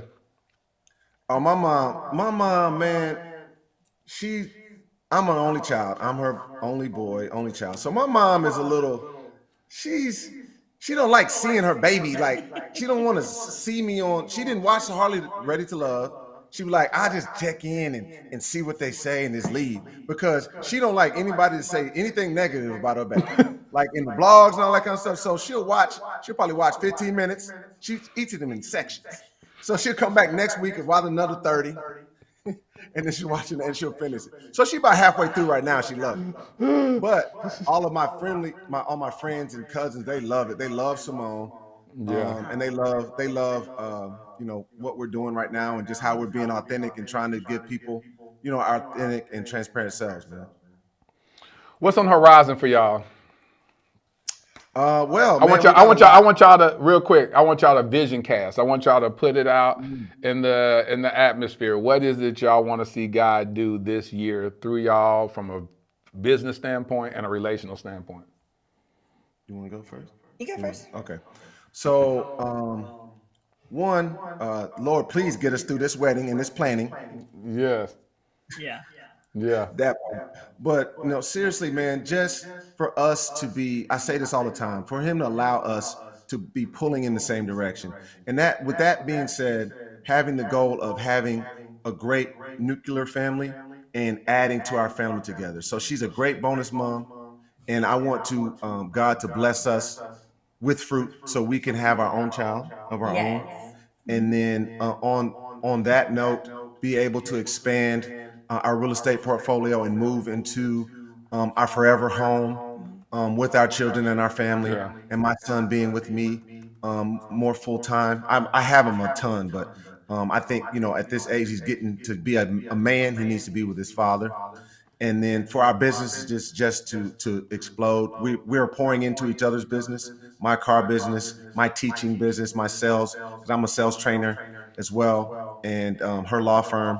And we're just growing, man. And I see so much other things. I see a talk show for either the two of us or Simone on her own, because she's a star. And I don't need to be in the front. I can play the back because I love her. I think the rest of the world needs to see her. And if God can give us that battery in our back, that propulsion for the world to see it and see that we have a lot to offer to the world, that's my wish. And us having health and wealth and grow old together and be like the pastor and the first lady we just spoke. So I'll get long-winded, man, because I'm a big dreamer. I think God can bring you anything if you believe and you put in the work and you get on your knees and thank him for everything, the small things. Thank him for the things that you went through that you never come out on that you think you didn't never think you would come out on the good side, because we've all been in that valley. But when you get to the top of the mountain, man, you look down at that valley and you say, I'm thankful for going through there. So I thank him for everything, brother. Yeah. Love it. And I'd say too, just of course, I'm excited about our wedding. I'm excited about having a cost-effective wedding within our budget. And together growing my law firm, but also using my social media to really grow my channel, Girl, Is That Legal? Because more specifically, like I grew up where you only knew one lawyer, if that. And we have a lot of TV lawyers, but I want to work to use my channel to educate people so that people can afford lawyers, can do self-help as needed, or who can get partnered with lawyers who will help them either contingency, so for free, but basically give people access to the most help possible. But also, I want to give people more access to love. And while I dated him, I had a dating coach that was helping me. And now I told her she's my marriage mentor. We had an argument this week. She coached the two of us on Zoom. And so I'm excited. I'm actually partnering with her for women who have come to the realization they don't know it all, like myself, and want a dating mentor, a marriage mentor. And so I'm excited about continuing in our journey as well as in our premarital counseling. But I just want to grow my business and my family. That's beautiful. Man, I want to tell you. I want to tell you this one story, man, on how passionate she is about helping people, and most importantly, helping our community. She really, really wants to give people a platform and change where we come from in our perspective. So, quick story: we're flying back from her birthday. We went to Cabo for her birthday, right? We're coming back, and she sees this news article about this family that was giving back some land that was taken from this black family that was giving back some land that was taken from them, right? In California. The city or the state decided to buy it from them. What was it called? Basically, because they were racist, they stole it from them, Right, and recently the family decided to sell it back to the state for $20 million. For $20 million, and she almost starts boohoo crying like, "No, $20 million is not enough money. Where's their lawyers? They need way more than that. Please don't sell it." I mean, boohoo crying. I'm looking like, you don't know these people. Yeah. She was like looking I'm up. like, I can call how this can I person, get into it? Yeah, how can I get in touch with them? I need to find out. I'm talking about crocodile tears, crying because she wanted to help this black family because she felt that the land was worth way more than $20 million. I'm like, $20 million, that's a lot of money. She's like, it could probably get 50, 100 million. I'm talking about they crying. can lease it. Well, I was like, I know somebody who can give them a loan to pay the property taxes. That's what the issue is. But So yeah, that just shows her heart, man. But that's also what keeps me up at night. So right. I can't wait to call Grandma Linda and be like, okay, now, Grandma, what should I do? Right. So yeah, that's a little story. Well, let me tell y'all, it's been an honor to talk to y'all today. Any parting words you want to say to the people? You want to go first? I would just say to the ladies out there who really want love, who are being patient with it, find someone that you trust, someone to coach you, someone to work with you, that you can trust when they tell you you're wrong.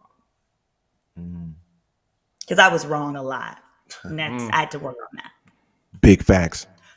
Now, don't start. Anything And you for want me, to say? man, thank you everybody for all the love and support, and congratulations to you, my brother. 250,000.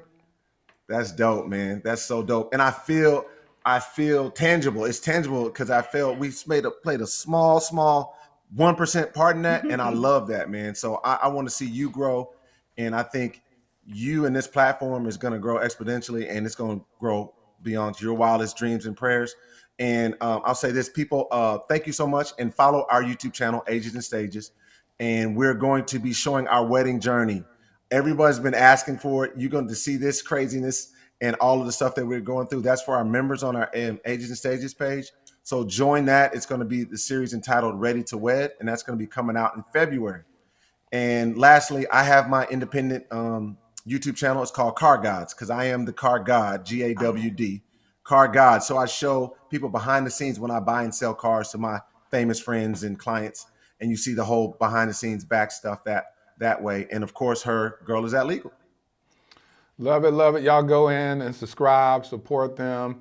I love supporting other content creators, so show them some love. Where are y'all at right now as far as subscribers on your main page?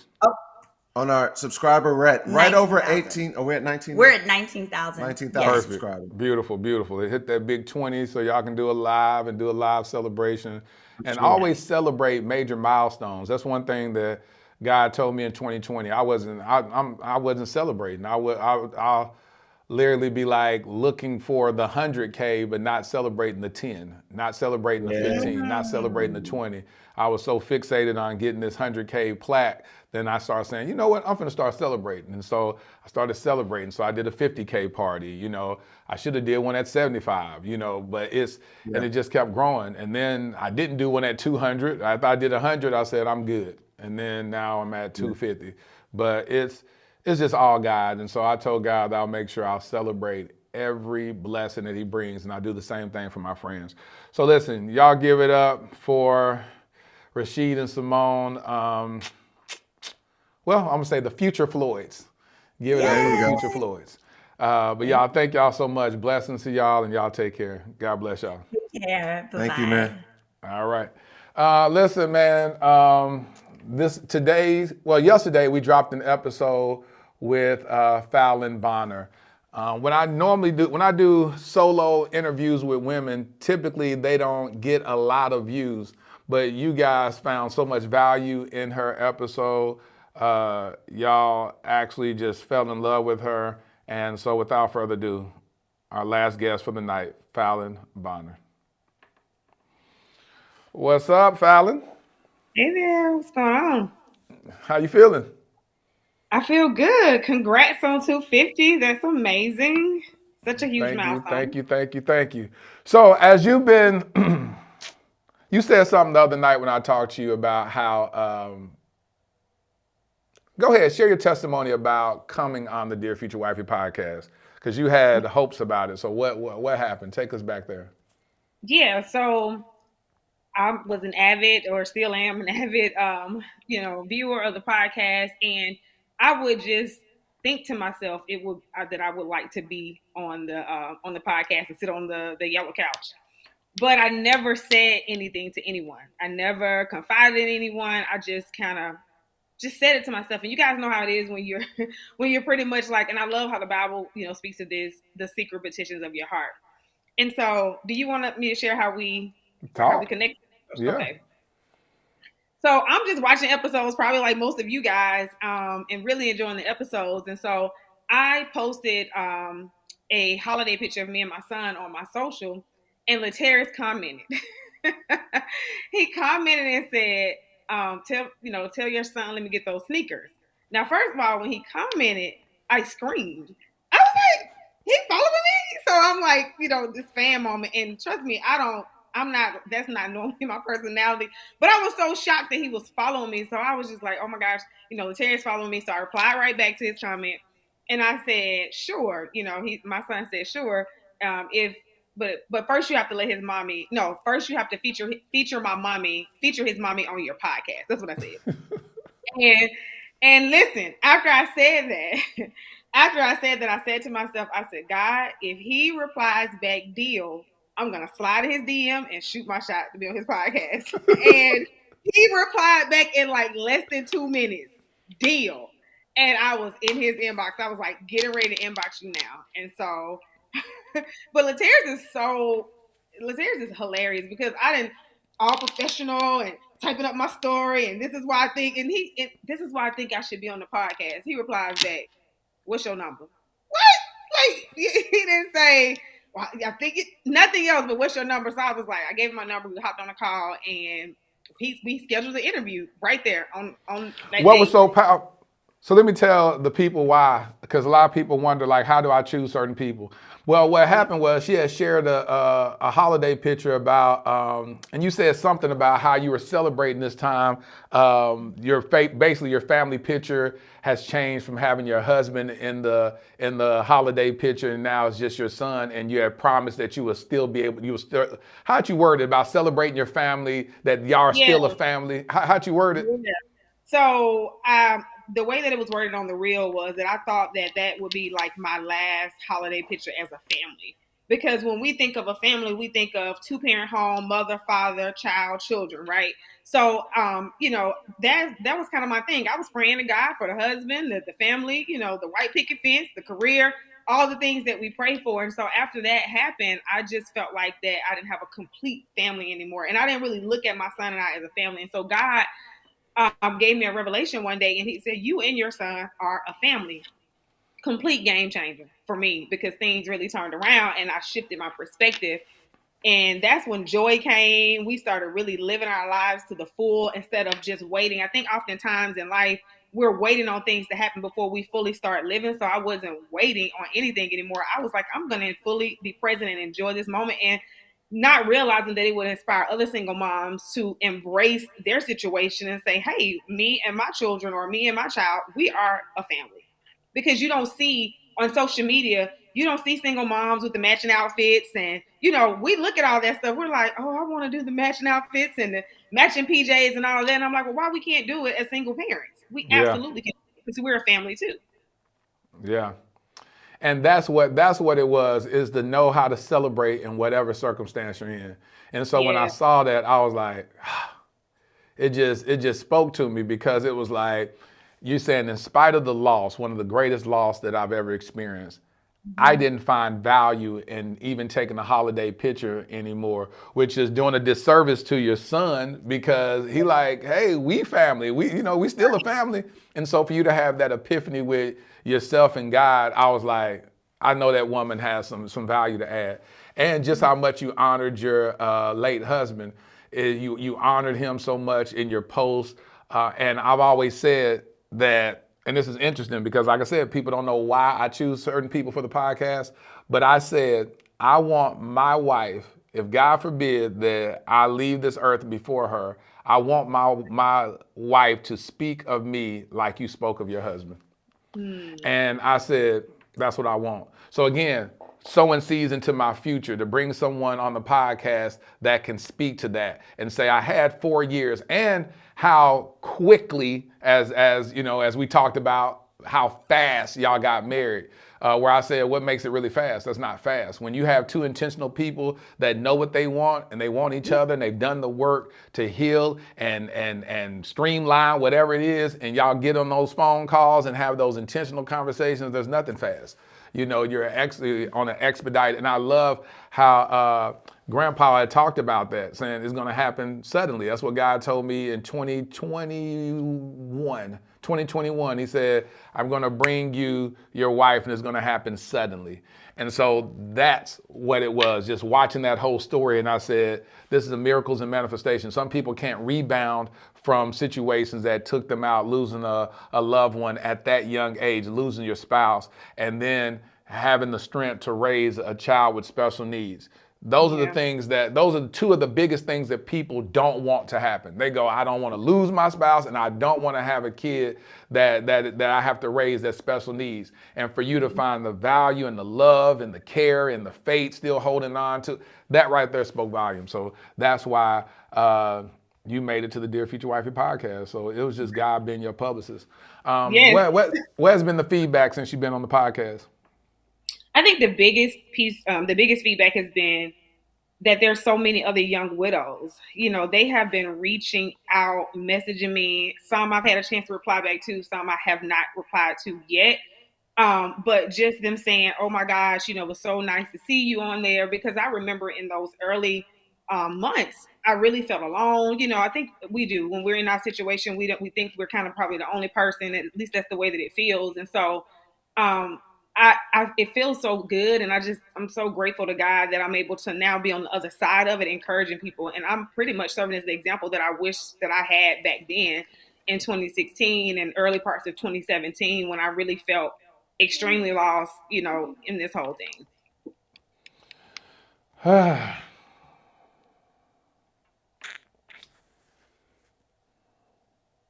So coming on the podcast, what did that really mean to you? I know, well, I'm not going to lead you into anything. What did that really mean to you as far as your relationship with God? Coming on the podcast. Sorry, y'all. My son came over. I was trying to get him quiet. But what it meant for me coming on the podcast. So months leading up to the podcast, God was telling me that He was getting ready to do something really big and really amazing. I had prayed a really simple prayer for God to increase my visibility. Just, you know, wanting to get our message out to more people, more women, knew that we were impacting women in a major way, you know, inside of our programs. And I was like, God, more women need this. So I prayed for visibility. And so when I did that, you know, I'm sorry, guys. No, take care of your kid. Shout out to Belinda Sanders. She has a podcast called Dear Future Husband. I just pinned her comment up here. Shout out to Belinda Sanders. Y'all make sure y'all check that out on YouTube. Go ahead, Falon. Yeah, so I lost my train of thought. What was I saying? I'm sorry. I would be able to pick up with you, but I'm over reading these comments. Okay. But you were just talking about God increasing the prayer of Jabez to enlarge your territory and bring high visibility. All of that. And so he was telling me in my devotion time that he was getting ready to really take my company to another level. And so that was probably about a couple weeks prior. He was like, I'm getting ready to blow your mind. And I'm like, you know, what is it? What could it be or whatever? And then sometimes you guys know when we're in our devotion time, we asking God, is it me? You know, is it you? Is it me? Like you don't know. So when that happened 2 weeks later, I was able to go back in my journal and literally see how God had already been preparing me for really what's happening now. So I felt like my prayers, you know, felt heard and seen by God and loved by Him, because He kept telling me that my pain wouldn't be wasted. Like it will not be wasted. And so it's been some years of praying, but, you know, grateful to be here and be able to be a light to others now. Love it, love it, love it, love it. Cindy just asked, Lateris, will you bring someone on that has not healed yet and through your mentoring grows right before our eyes? You saw that episode. You saw that episode with Jewel and Tavia. You saw the episode where Jewel was very non-responsive emotionally. He was wanting out of the marriage. And behind the scenes, man, I was pouring into that brother. Also sponsored his counseling. Both of them to go through couples counseling. And when you saw them come back on the podcast, you saw a beautiful, redeemed man that first didn't have a relationship with God. And then he came back and he's speaking, you know, what God has done in his life and how he gave his life to Christ and all that. That's the behind the scene work that gets done on the Dear Future Wifey podcast. I have a lot of men that I mentor from my DMs. A lot of men DM me. A lot of men aren't going to be as public as I am and share a lot of stuff, but they'll DM me. I'll video call them. I'll reach out to them, and I'll keep them lifted. A lot of men that want to tap out of their marriages, they want to file for divorce, or they're in extramarital relationships. You know, I check my brothers and be like, hey, you got to cut that out, and you need to talk to your wife, and you need to confess that so that you can get healed. Don't try to just move on and you just gonna sweep that under the rug. No, go ahead and bring that to the forefront, because you may not think she know but she may know, and she is waiting for you to be honest about it, and that's where the healing begins. So it's a lot of work that takes place. That's why sometimes if y'all see me do the podcast and I be tired, that's because I really do be tired. Lord, I be tired. I didn't see the reunion. Oh, super chat. Oh, thank you so much, Patty Cake. Aunt Patty Cake did a. So they don't show up on. Okay, it does show up on this. Oh yeah, super chat. So thank you for the super chat. What did he say? Thanking you for all the work that you do. I can't even watch you without crying and getting a full tank of faith. I so needed this live tonight. May God cover you and hide you in his arms to fulfill your purpose. Love to DFW. Oh boy. I think that's so cool too that God had me name it Dear Future Wifey with the acronym DFW, but it's also the acronym for our airport code, Dallas Fort Worth. So God just funny. It's like DFW and DFW. So it's just really, really cool. So thank you for the super chat. God is using you, Lateris, and healing at the same time. Hey, if you have any questions for Falon, jump in. Ask a question so she can answer it for herself. Y'all been in her DMs asking questions. You said Lateris don't sleep. No, I really don't. I need to do better at that because I be sleeping in my office all the time. It's a mess. But it's a means to an end. Because once I get married, you best believe I ain't finna be sitting in this office. Hey, come on, somebody. I'm going to be fellowshipping. All right, somebody. Oh, yeah, I'm going to be fellowshipping. Falon, what's on your heart? You have something you want to say? No. Okay. Probably just a word to the widows to just, be encouraged because that's mainly who reached out. Be encouraged. If I had a word to him would be to really seek God on why you're here. Like that was my main question, my pressing question months after I was like, God didn't allow us to be, in that vehicle, then he must have a plan and a purpose. And so I was really, really intentional with praying about why am I here? And so that would be my bit of advice is to really, seek God because you're still here for a reason. And that's for everybody. You're here for a reason. So really seek him on his will, for why you're still here. I love that. It lines up with what Shara just commented. She says, I stumbled upon your page and I'm enjoying and inspired by all these stories and voices. Thank you. That's pretty cool. So I don't know if you just stumbled upon it today while on this live or if you stumbled upon it recently and you've just been consuming the content. So add clarification. But yeah, this has been a beautiful thing. I try to create a very, very safe space for people to heal in front of the world, or people to be transparent. And so I thank God for this. Belinda said, Falon, how long was your healing process? It was I feel like it was long for me. So it took me, I didn't start my true healing journey until 2020, till the pandemic. I felt like I had just been going. And then like the rest of the world, I was like forced to sit in it and deal with it. So 2020 for me, like around June of 2020. So that was, as far as time lapse, like from when everything happened, that was about 4 years in. Was it hard sometimes believing your late husband when God talked to him for you? Was it hard doing what now? He said, was it hard sometimes believing your late husband when God talked to him for you? I guess he's talking about those moments when you said that he would come to you and say what you're going to end up doing. And no, not at all. Why wasn't it hard? When you're connected with someone in the spirit, like that's just like saying, would you believe your friend, your best friend, your homegirl, or homeboy?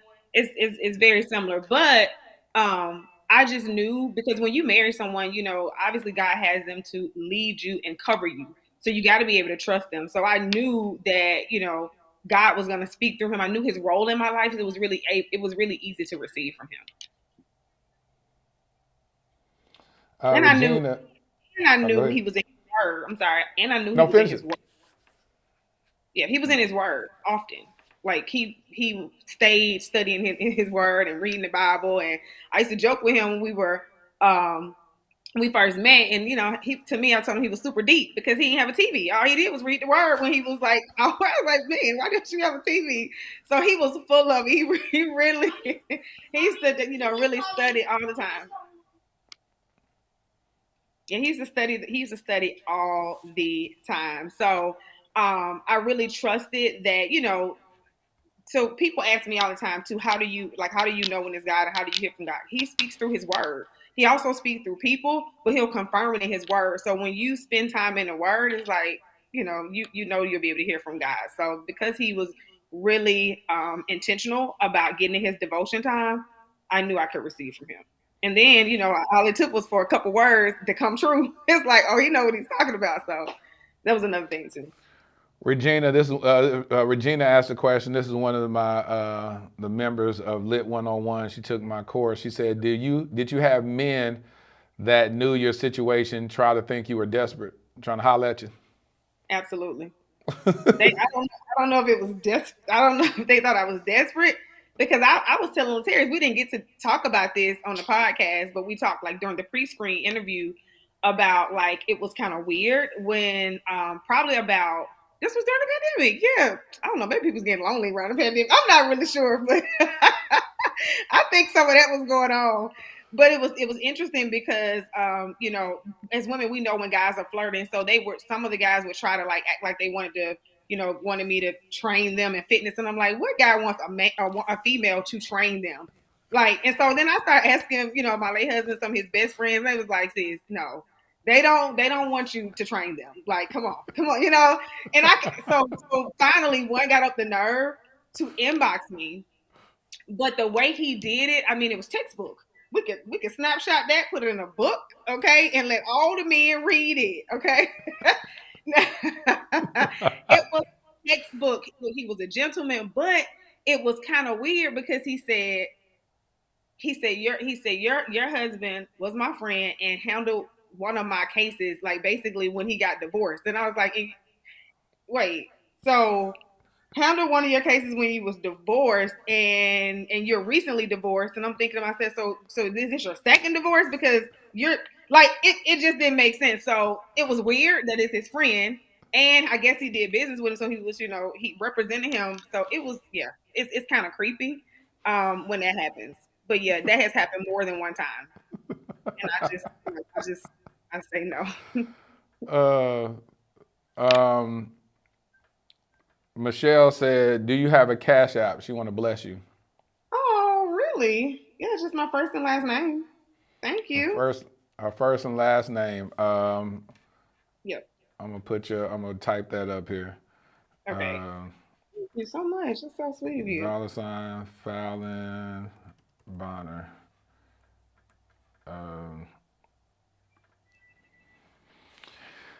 That's the Cash App. Somebody said he broke the G code. That's the G code. You never step to your homie's ex. You can't do that, right? Well, he figured it wasn't an ex. That was. They were frat brothers, friends, and he did it was just too much. Too much. He exposed all of that in the message. He told you. At least he was upfront about it. He was like, "Hey, listen, this is what it was." It wasn't in that message, but the other messages where it was making little hints about asking me to train him and stuff. He would, drop, oh, it was my frat brother. He would drop little things, and I started piecing it all together. And I'm like, yeah, I think he y'all may have actually been homeboys for real. So Talia says, Falon, how did you help your son cope with the loss of his dad? Even though he's 1 year old, how did you help? That's a great question. So he was only 13 months old at the time, and so he doesn't really remember his dad like that. Like the memories that he has of him now are from me reminding him today is his dad's birthday. So I make sure that he know his birthday, and that I tell him I tell him different things about him. I make sure I show him pictures all the time of him. So I'm sure now he probably feel like that he remember him, but he really didn't. So it wasn't difficult, and I'm really grateful that I didn't have to kind of endure that piece. It was already enough on the plate, so I didn't have to explain to him. Now, and when he did get old enough for me to explain it, if I'm honest, I didn't know what to say, and so my sister kind of had that conversation with him about that, because kids in his classroom started asking why does your mommy only pick you up? And so he was like, well, it's not just my mommy, my auntie, my TT picks me up sometimes too. And so one little kid said, where's your daddy? I mean, I was standing right there. Like, where's your daddy? And he was 3 years old at the time. He was in pre-K. And I mean, those were times where I was so fragile, I would go in the car and cry, you know, when I dropped him off from school. But I took that moment and I said, you know, I explained to the kid, the child, that his daddy was in heaven. And so then I started explaining to Nicholas how to, you know, when people are asking, kids are asking and inquiring about his father, that his father was in heaven. And so, you know, the little girl was so sweet. She understood that. She said, okay. And she walked off. Never happened again. Never happened again. Alice says, Falon, what is your wisdom to share regarding survival's guilt? Did you have survival's guilt? I didn't. You know, it's kind of hard to, I guess, explain this, but I remember like maybe some months, I would probably say maybe 3 months. Was it 3 months? It was some months, like maybe a few months or so before his car accident. He called me in the room one day and was like, I want you to promise me something. And I'm like, okay, because, you know, it's a regular day. You know, you just call me in the room, so I'm in the kitchen trying to do dinner, you know, whatever. And he was like, no, I want you to, like, stop what you're doing and come in. So I was like, okay. So I'm like, what's going on? He said, I want you to promise me that you'll never give up. And I'm like, what are you talking about? He was like, just promise me that you will never give up. And he was like, and I was like, okay, you know, and I just kind of walked off. He was like, no, I want you to look at me and I want you to promise me that you will never give up. No matter what, you will never stop going. And I was like, okay, I won't give up. And I remember walking off and, you know, feeling really weird when I walked off. I'm like, I don't really know what that was about. But that, like, I remember running, like, exercising, you know, on my morning jog, crying, running sometimes in the rain, hearing his words, never quit. Never give up, keep going. Those words like fuel me in the in the early months. So I didn't have survivor's guilt because I felt like he had already poured into me and prepared me. Whew.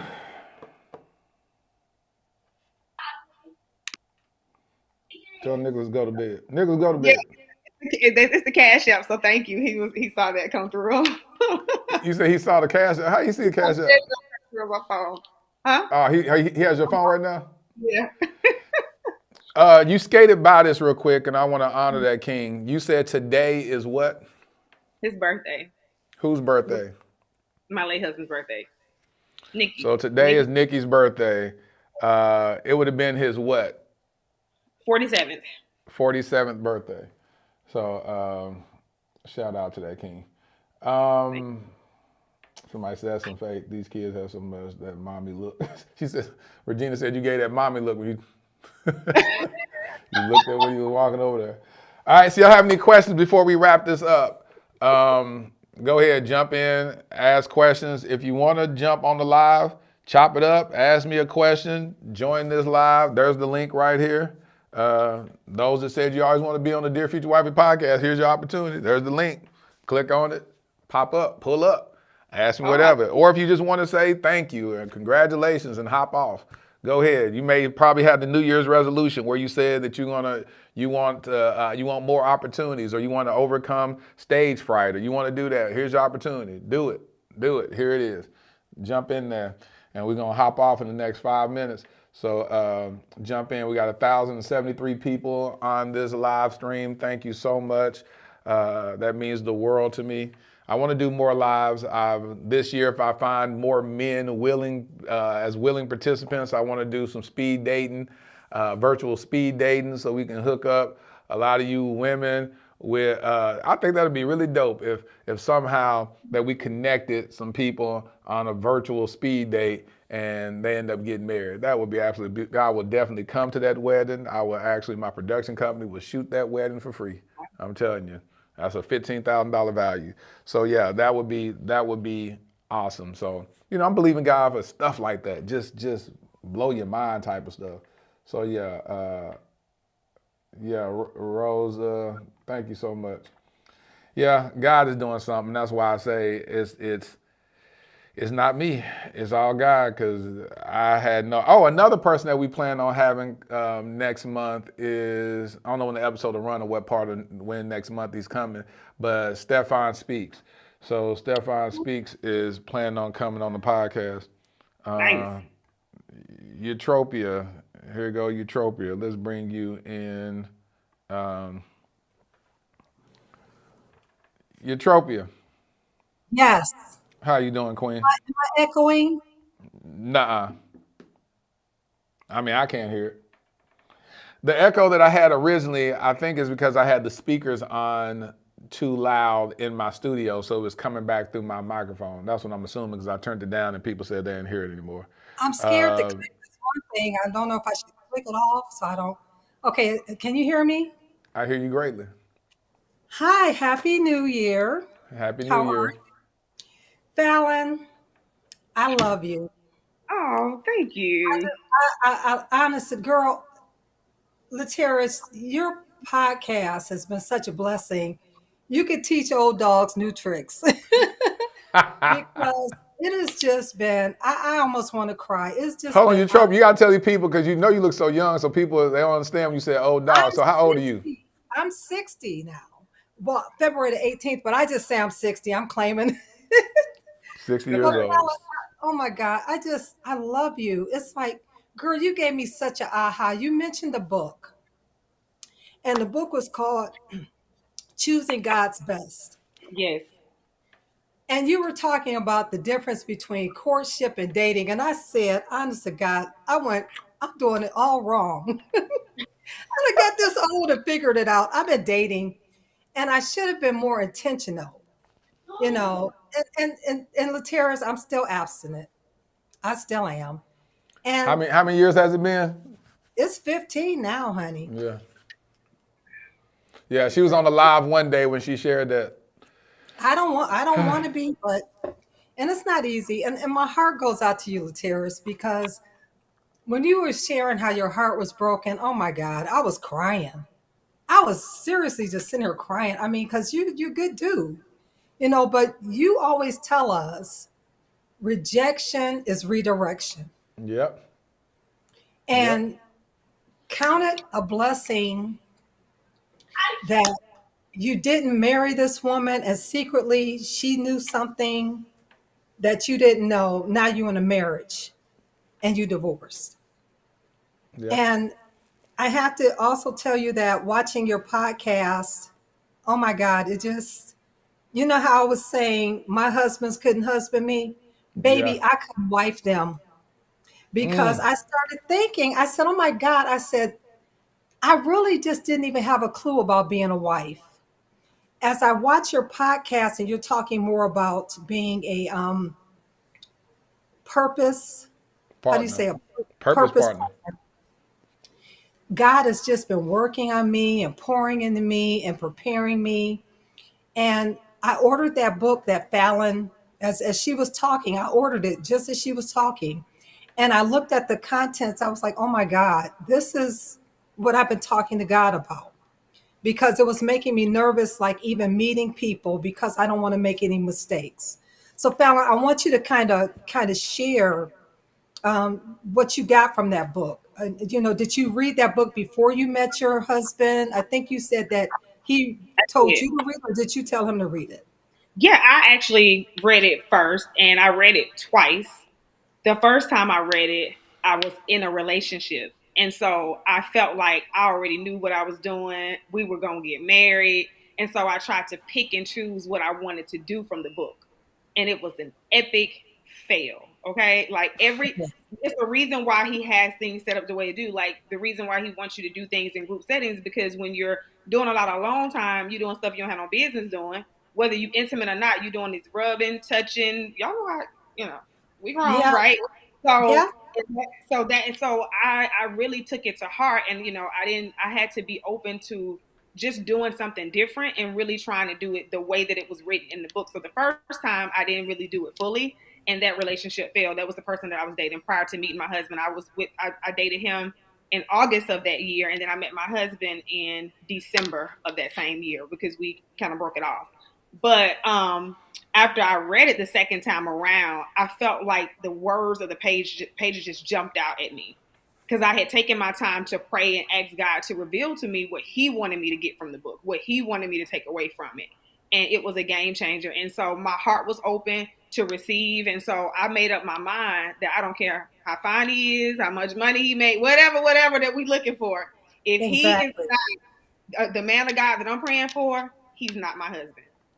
And so, and then I made up my mind that I was going to be willing to wait on God forever, because we get weary, you know what I mean, when it's been years of waiting.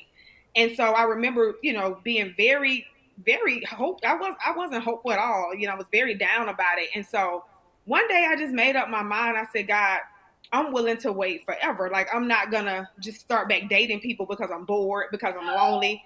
And I remember my pastor saying something one day. He said, if you're willing to wait on God forever, you won't be waiting very long. I made that declaration, and 4 months later, I met my husband. Wow. You are so ministering to me. It's a part of me that I'm sensing God is preparing me for someone. And I truly understand why I had to go through what I'm going through. And I'm in a good place. I can't even explain it. Yeah. I'm just in a really good place. And it's something about this podcast. I feel like God directed me to Laterra's podcast, because every time you have somebody on there, it's like God is just speaking to me, just like he's ministering to you. And Laterra's, like I said, my heart just goes out to you, because you're such a good dude, man. I mean, God got somebody for you. It's going to happen. Just hang in there. Just pray you don't have to be 60 to get them. Nah. I go to Walmart and I just go to my DMs and be like, somebody finna get married today. And you. I stopped it. You get married. So I'm still waiting for you to call me. I would love to be on your podcast. Oh yeah, I want to do especially next season or whatever.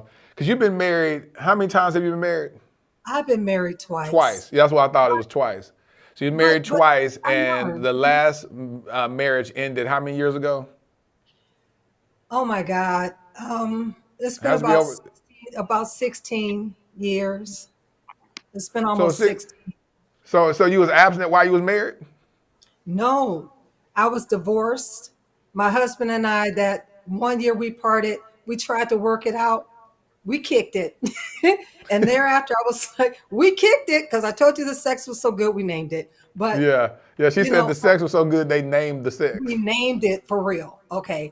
But after that, I was like, I just can't do this anymore. I just can't, because I keep telling women, when you open your legs, you close your mind. You do. I mean, because a person could do something so stupid. Falon, am I lying? Am I lying, Falon? Girl, come on. Not at all. It's like, once we do that, it's like, and if he hit it right, Laterra's, I keep it real. Yeah. If he hit it right, you're just not thinking clear. You be like, because that orgasm was so good, and this was so good, and you'd be like, okay, well, maybe. No, I got to be clear. I'm too old to make mistakes. I can't.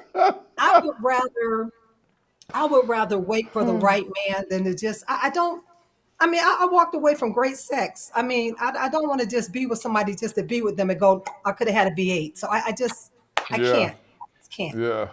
So, and how's your abstinence coming, Laterra's? I know you said you've been. Yeah, I got back on it in September. Okay. Back in September. So I recommitted in September. I was abstinent from December of 2020 to about mid 2021. I said, This ain't for me. I said, this ain't working. This don't make sense to me. I'm too old for this. And so I stopped. I'll be saying that too, honey. I'll be saying that too. I said, this don't make sense. I said, I don't know. I was like, I don't drink, I don't smoke. God gonna have to just forgive me for this. This just don't make no sense. And so then,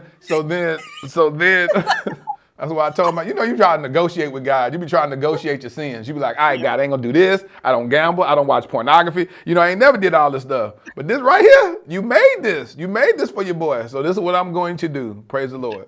Just please don't let me get no babies out here in these streets. Don't let me catch nothing.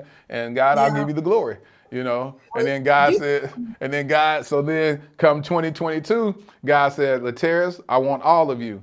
And so it was when God started healing me from past church hurt. And I put that episode up where I was tag team preaching with my pastor at church. And in that moment, God said, now it's time for me to have all of you, because now I want to introduce you to your wife, and I want you to have a disciplined life.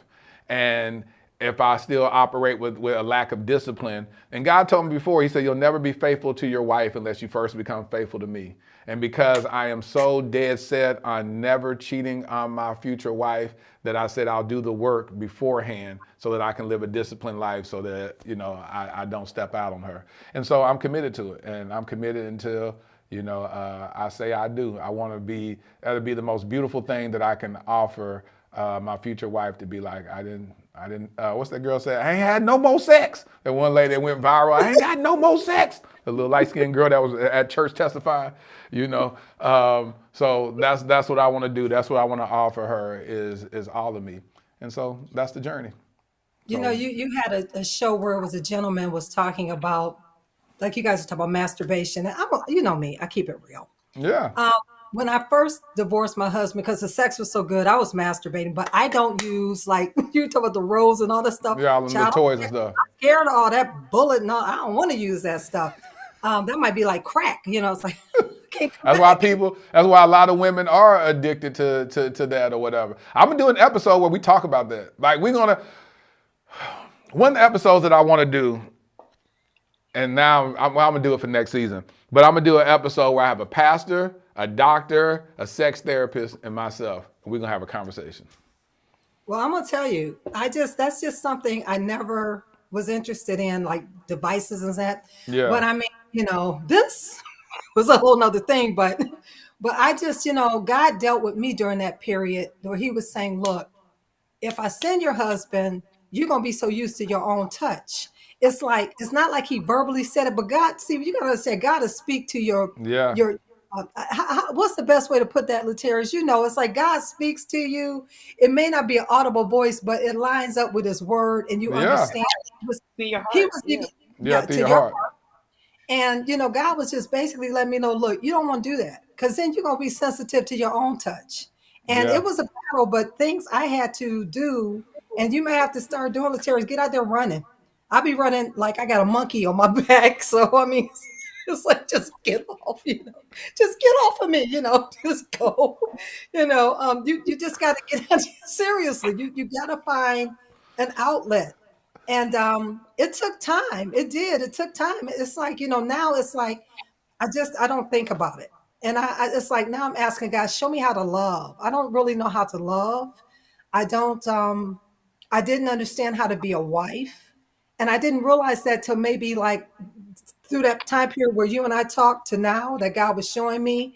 Because in all honesty, you know how you say you're purpose partners and you're here to serve each other. He serves you, you serve him. For me and my marriages, I was always the one serving. I know it.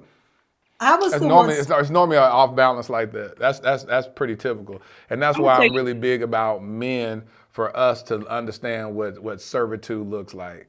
That's what I'm looking forward to the most in marriage, is to serve my wife on levels that she's never been served before. I want to be my wife's emotional, mental, physical, spiritual assistant. I want to be able to wait on her hand and foot, and she's just like, he got me. I want to anticipate her needs before she even thinks about it. She's like, oh, what? I didn't know. I was just about to. I know it. I want to be so in tune with her. Y'all hear me talk about the song. One of my favorite songs is by Fantasia called Teach Me. And she says, teach me how to love you. Show me I'm willing to learn. Follow in every direction. I'll be a scholar when we are done. Teach me what you need, because I'm willing to learn. You know, that song is so powerful because it's a song of submission, of saying that, hey, just teach me. Don't think you know every way of your woman. Be a pupil, sit down at her feet and say, what is it that you like? How do you enjoy being heard? What means the most to you? To go outside of just those love languages and actually break that down to the most minute detail, to say, what is it that makes you feel loved? Because oftentimes we go through life, and sometimes we don't even know what makes us feel loved. But when someone challenges you and asks you those questions, you start, how do I feel loved? I think I feel loved when I can count on that person. I think I feel loved when I get them answering the phone more than listening to their voicemail. I think I feel love when I'm prioritized. I think I feel love when you just listen to me. You know, like when I have something on my heart that's taken me so long to even share, the fact that you're willing to sit there and not say a word and listen to me, not doze off, not treat me nonchalantly, but to be really present in that moment and to hear me. That's when I feel love. But to find out what that need is for each other, I think that's how you make it to 51 years, 61 years, to death do we part, to have those moments where you're actually a student of that person, where you know that person better than anybody else on this earth. That's what I'm looking forward to. Unfortunately, my sense of love was, and I guess from watching my mother, I know my parents had a really good relationship, but to me, marriage was basically, okay, I marry you, I take care of you, I take care of the house, I cook, I clean, I have sex, I do this, I do that.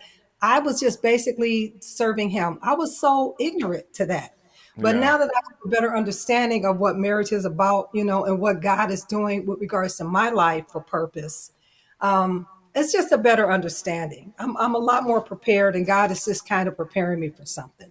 But Fallon, love you. God bless you. You're just a You. beautiful girl. You're just absolutely beautiful. I Thank was you.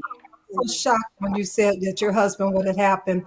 But I was wondering, because when you were talking about how he came out of the shower and he started ministering to you, it was almost like an urgency to tell Mhm. you you're going to be a millionaire. This and that. It's like, I got to tell you this now, because you said not too long after he told you that he had the accident.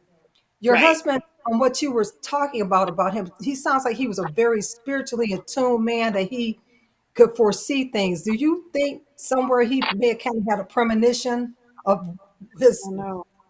like, have you ever thought about that? Was he Oh, a seer? Was your husband a he seer? wasn't. He wasn't a prophet or anything like that. But of course, there's so many things that have gone through my mind over the years.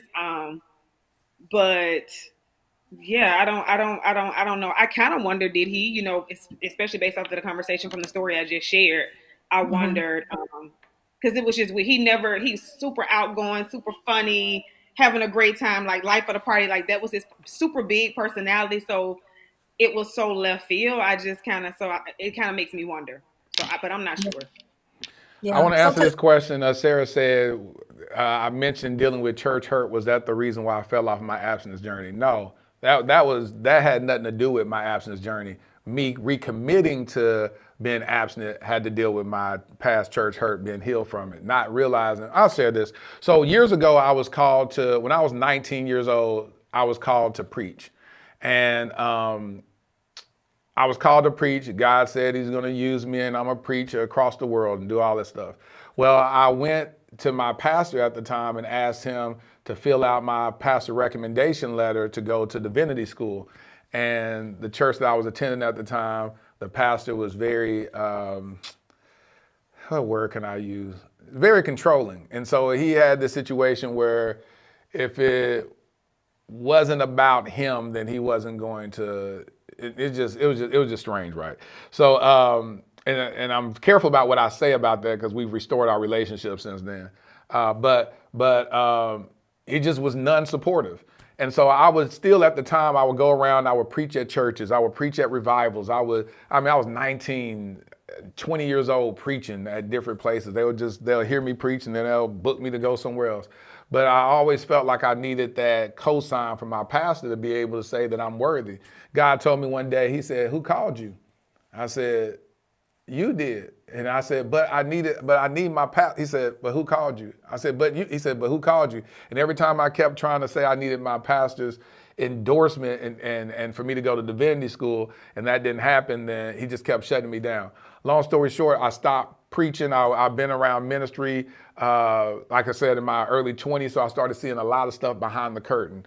And I was like, well, I'm trying too hard to be saved. I'm actually living right and all this, and these big time pastors, they doing all kind of stuff behind the scenes, and they got mega churches, and they driving around in Bentleys, and they seem to be extremely affluent and well off.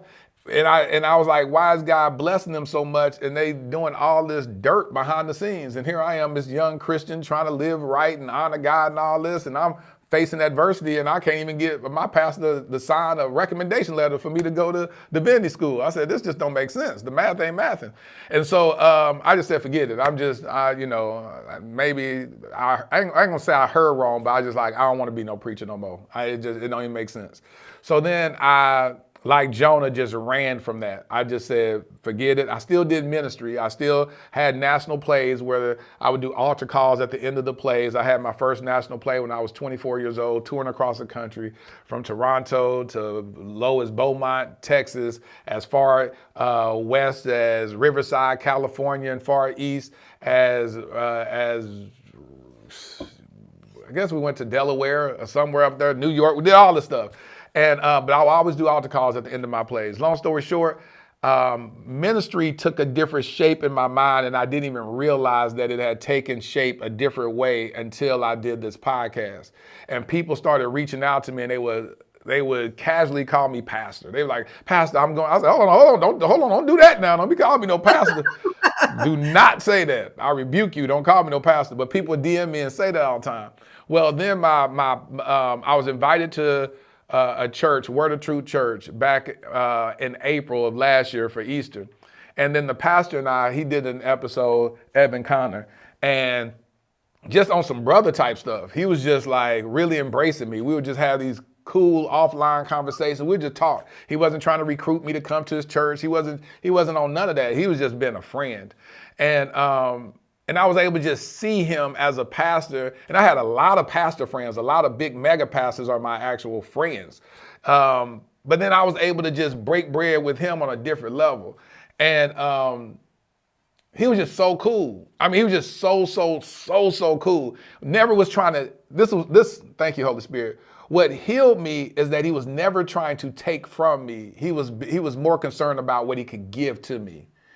And to the degree to where, my first Gucci shirt, first and only Gucci shirt, he bought me a Gucci shirt. You know what I'm saying? I was like, I ain't finna buy no $1,200 shirt. But he bought me a $1,200 shirt when we did this. He was making a joke about it when I was doing the live podcast at his church, bought me a Gucci shirt, then bought me Gucci shoes and all that type of stuff. And he was just like, I just want to bless you. He said, you're the type of person that's always giving to people. I bet you people, it's hard for you to accept gifts from other people. And I was like, you don't need to buy this, and he got mad at me. He's like, listen, if I want to bless you, you got to let me give you. You got to let me bless you. And so he challenged me in the blessing department, and I actually allowed him to bless me with stuff that I would typically never buy for myself. Like, I'm not finna buy me no $900 tennis shoes, but he did, and I thank him for it because it just started elevating my mindset about, and Falon talks about a lot about, no, you're a king's kid. You deserve great things. But still, it'd just be hard for me to do that anyway. So he did all that. So then one day he asked me to come do the podcast at his church. No, first he asked me to preach. And I said, hold on, I don't preach. He said, you are a preacher. I said, I used to back in the day, but I don't do that no more. I don't do that no more. And he looked at me. He said, once a preacher, always a preacher. I said, why would he ask me to come preach? I ain't preached in years. Why would he ask me to do that? And he just looked at me like when I said no, that was strange. Long story short, I said, let's do the podcast. I finessed him and spun it to get it off of me preaching, and we do the podcast because that was my comfort zone. We did the podcast. Broke a record in attendance. The people, lines around the building. It was ridiculous. That was in September. He does this relationship series for the month of September where he split the church up. The first service is married people. The second service is singles, and we have powerful conversations. He's been doing that before he met me. He asked me to come do it that time. I did it. And the following weekend, he called me on a Saturday morning. He said, man, I was in prayer. And the last week of this relationship series, God is saying next week that, this may sound crazy, but I want you to close it out with me. I said, oh, we can do a podcast. We can sit around and talk. He said, no, I want you to preach. And I said, huh? He said, I want to tag team preach. Both of us, we going to preach. Both of us, tag team. He said, is that crazy? I said, no. It's what God wants. Wow. And then he said, and let me backdoor it. the month before he asked me to do to shoot a video that he did. He did a series called Church Hurt. So I'm over here shooting a video, the promo for it or whatnot, and didn't even connect me to it until the day before I had to preach. And God said, "Look at it." I said, "Look at what?" He said, "You about to preach tomorrow." And I said, he said, "You remember you said you would never do this again, huh?" And I said, "Oh, you slick. Oh, you slick. You done caught me slipping. Oh, you done caught me slipping. Okay, all right. That's what we doing now." And so in that service, you can watch it on Word of Truth YouTube. But he and I preached, and God had me do this illustration where I had these ankle weights on my leg. And the ankle weights was talking about the weights that we carry. And the Bible says, lay aside every weight. And so by the end of the service, I just had these weights on, never making any mention of it. And at the very end of the service, I told them how I've been carrying excess weight with church hurt, not feeling that I was worthy enough to preach anymore because of what my pastor said to me when I was 19 years old and all this. Now, since then, the pastor had called me up late in the midnight hours, like 1 o'clock in the morning, and said, I'm sorry for how I treated you. You know, and he said, and I said, "This is my only request. There's a young Lateris right now that's in your church." At that time, I was like 30 something. I said, "There's a young Lateris in your church right now that is leaning on every word that you say. Don't kill his dream before he has an opportunity to realize that dream." And I said, "Get behind him and support him." I said, "That's my only wish." I said, "Because I looked up to you so much that when you said no, pretty much, by way of your actions, then I just felt like maybe I heard God wrong. And maybe everybody else that was confirming and prophesying over my life, telling me I'm going to preach and telling me all this stuff, maybe they all wrong because I really looked up to you."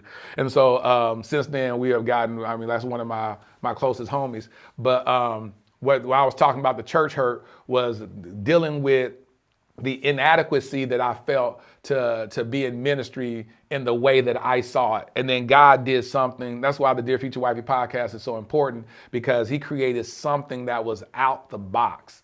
He created something that couldn't be contained even in a church. You can't get 250,000 people in no building around. You know what I'm saying? But God did something so unique. And so that's what that's about, is being submitted to God's will and doing what God wanted me to do however he saw fit. And so the submission of the Dear Future Wifey podcast is what birthed all this healing journey that we're all going on. So I thank y'all. I've seen all of your podcasts. I've been following you. I've seen all of these that you've been talking about. I follow you. When I say I follow you, dude, I want to see what God's going to do in your life.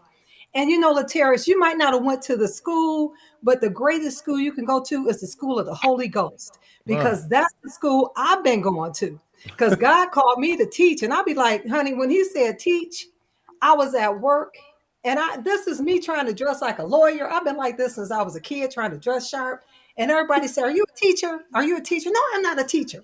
But it was so funny. I was at work and I heard the Holy Spirit whisper, "Teach." I went in my bathroom at my job. I had my own little private bathroom. I sat in there and cried for a whole hour. I don't want to teach. I don't want to teach. And now, like what I do now, I do a lot of teaching. I do a lot of spiritual teaching. But Lateris, ministry is not just on the pulpit, and you know this. 100%. And sometimes when you deal in ministry, you get a familiar spirit because you get to know people and you see a whole nother side. You see the shuck and the jiving behind it. And some of them aren't really what they project into, you know, the congregation. Yeah. So when you see that and you're close to people, that familiar spirit can throw you off too. But Lateris, what you're doing now through your podcast, this is ministry. Yeah. We got to get out of the thought that, you know, Jesus is not talking about who got the biggest salt shaker and bringing the most salt into the salt shaker, but we go into the world. Yeah. We're that salt. We're that light. So what you're doing, my brother, you are a light. You are a salt. You're bringing flavor to all of our lives, and we thank you. So just want to say thank you. Thank you so much for joining. Well, listen, Eutropia, thank you so much for joining the live. I'm finna get ready. Well, I'll just say bye to both of y'all, and then I'll close it out. Falon, thank you so much. Peace and elbow grease. And Falon, God bless you. Thank Stay you, open, family. darling. God got another wonderful husband coming your way, but just keep doing what you're doing, girl. And Amen. Thank you. God gonna do it for all of us. So we just touch and agree. He said, "Where two or more are Okay. gathered in His name, there He is in the midst." And anybody else want to touch and agree with us, God gonna do it. Because Amen. you said miracles, right? Miracles, right? Yeah, miracles and manifestations. But y'all be Just blessed. Y'all take care. bye. Bye. Listen, y'all, we're about to wrap this up. Thank y'all to the 1,077 of y'all that are still holding on, still being on this podcast. 250K, 2.4 million on views this month. TikTok has grown to 120,000 in 5 months. Those that have iPhones, do me a favor right now. I want y'all to, as soon as we get off, do this. Go subscribe on Apple Podcasts.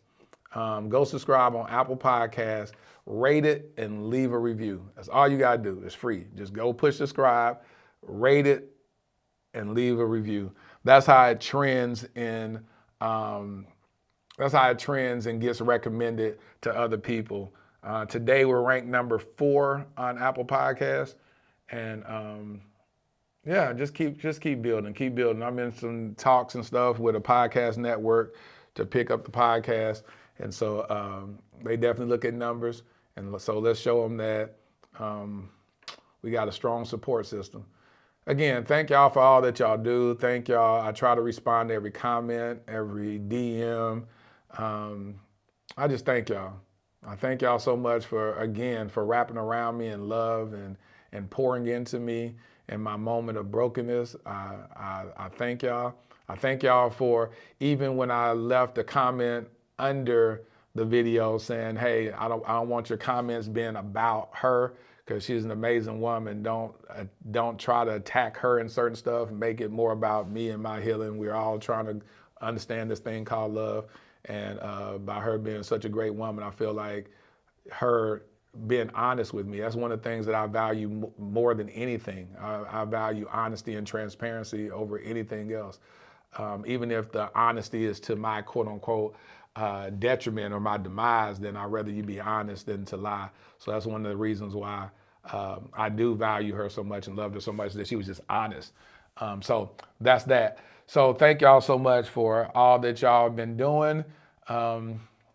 This next month is going to be great. Next week, we're going to have the Alfords. If y'all don't know who they are, make sure that y'all check. Well, you'll wait. Next Wednesday, they're going to be in the studio tomorrow. We're going to record their episode, their first date, face to face. They knew that they were the ones for each other. First date. They had one of those real conversations that brought total alignment, and they got married the same year that they met. Beautiful couple. I call them Ken and Barbie. I call them the Black Ken and Barbie. That's who they are. Beautiful couple. But I've had a chance to just talk to them over the last month and a half, I think, and love them. Lovely, lovely, lovely, lovely couple. Yeah. Stefan and Iman Alford. Dope couple. Their episode will kick off the month of Love Month of February. It's going to kick it off next Wednesday. Episode will drop at 8 a.m. Central Standard Time. We got some good stuff lined up in the month of February, so y'all be on the lookout. Listen, I want y'all to get some rest. Don't stop loving. Y'all hear me say that over and over again. Why? Is because sometimes when we go through hurt, we go through pain, we go through disappointments, we give up on love. I can't tell you how many people DM me and tell me, Lateris, through your podcast, it's taught me to love again. People have given up because y'all been looking at options out here and said, you know what? There's no hope out here. And I understand, sometimes it really does feel hopeless, so I'm not going to minimize that. But what I'm saying is that we serve a God that is full of hope. We serve a miracle working God. Relationships take a miracle. And we're going to believe God for that. Thank you, Trudy, for the super chat. Thank you so much for the $19.99 super chat. Ashanti, yes, I will get some rest. Rocky Daniels, thank you so much. Tanya Dykes, how do you become a part of the lit community? Well, I'm gonna be doing you can go to thelitsociety.com, but you can sign up for the mailing list. But I have a course called Lit 101 that we'll be graduating the second group of students in March. I think it'll be in March. And so when we start it up again, then join it. It's a powerful group, boy. It's amazing.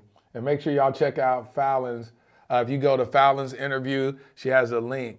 Y'all want to get a part of this course, this program that she has. She has this dynamic program. And you know what I try to do, I try to check people. You know, everybody be having these programs where they swear about these results. And so I'll be honest with you, I gave Falon I investigated her. I was like, let's see, what are some of the results? I just started quizzing, I started asking stuff, and I was like, wow, God really used you to create something that is life-changing. I mean, these women that have become a part of her course, they level up financially, they get promotions on their job, they get those dream jobs that they've always wanted. I mean, she's transforming people from the inside out, from a spiritual standpoint, from a physical standpoint, to make sure that they're at their best health, from a emotional standpoint. She deals with the whole woman. And I was like, all right then, girl. I said, we're gonna make sure that you talk about that when you come on the podcast. Book Brayley, super chat. Book Brayley. Oh, thank you so much for the super chat, Brayley. I appreciate that. Thank you so much for the $50 super chat. Look at y'all blessing the mind of God. Now y'all make me feel like a pastor for real. Y'all keep putting these off, throw the altar, just throw the offering on the altar. That's what that feels like. But thank you so much. Oh, I have Brayley. I just saw Brayley, Book Brayley. I have Brayley Evans coming on the podcast. We'll shoot our episode next week. If y'all know that, that's a amazing actress, so dope. She's just a really, really dope woman. I love it every time we talk and hang out or whatever. But she's gonna be coming on the podcast. Like I said, next month is gonna be some powerful stuff. So y'all be on the lookout for that. Thank y'all so much. I'm out. I'm hungry. God bless. Y'all take care.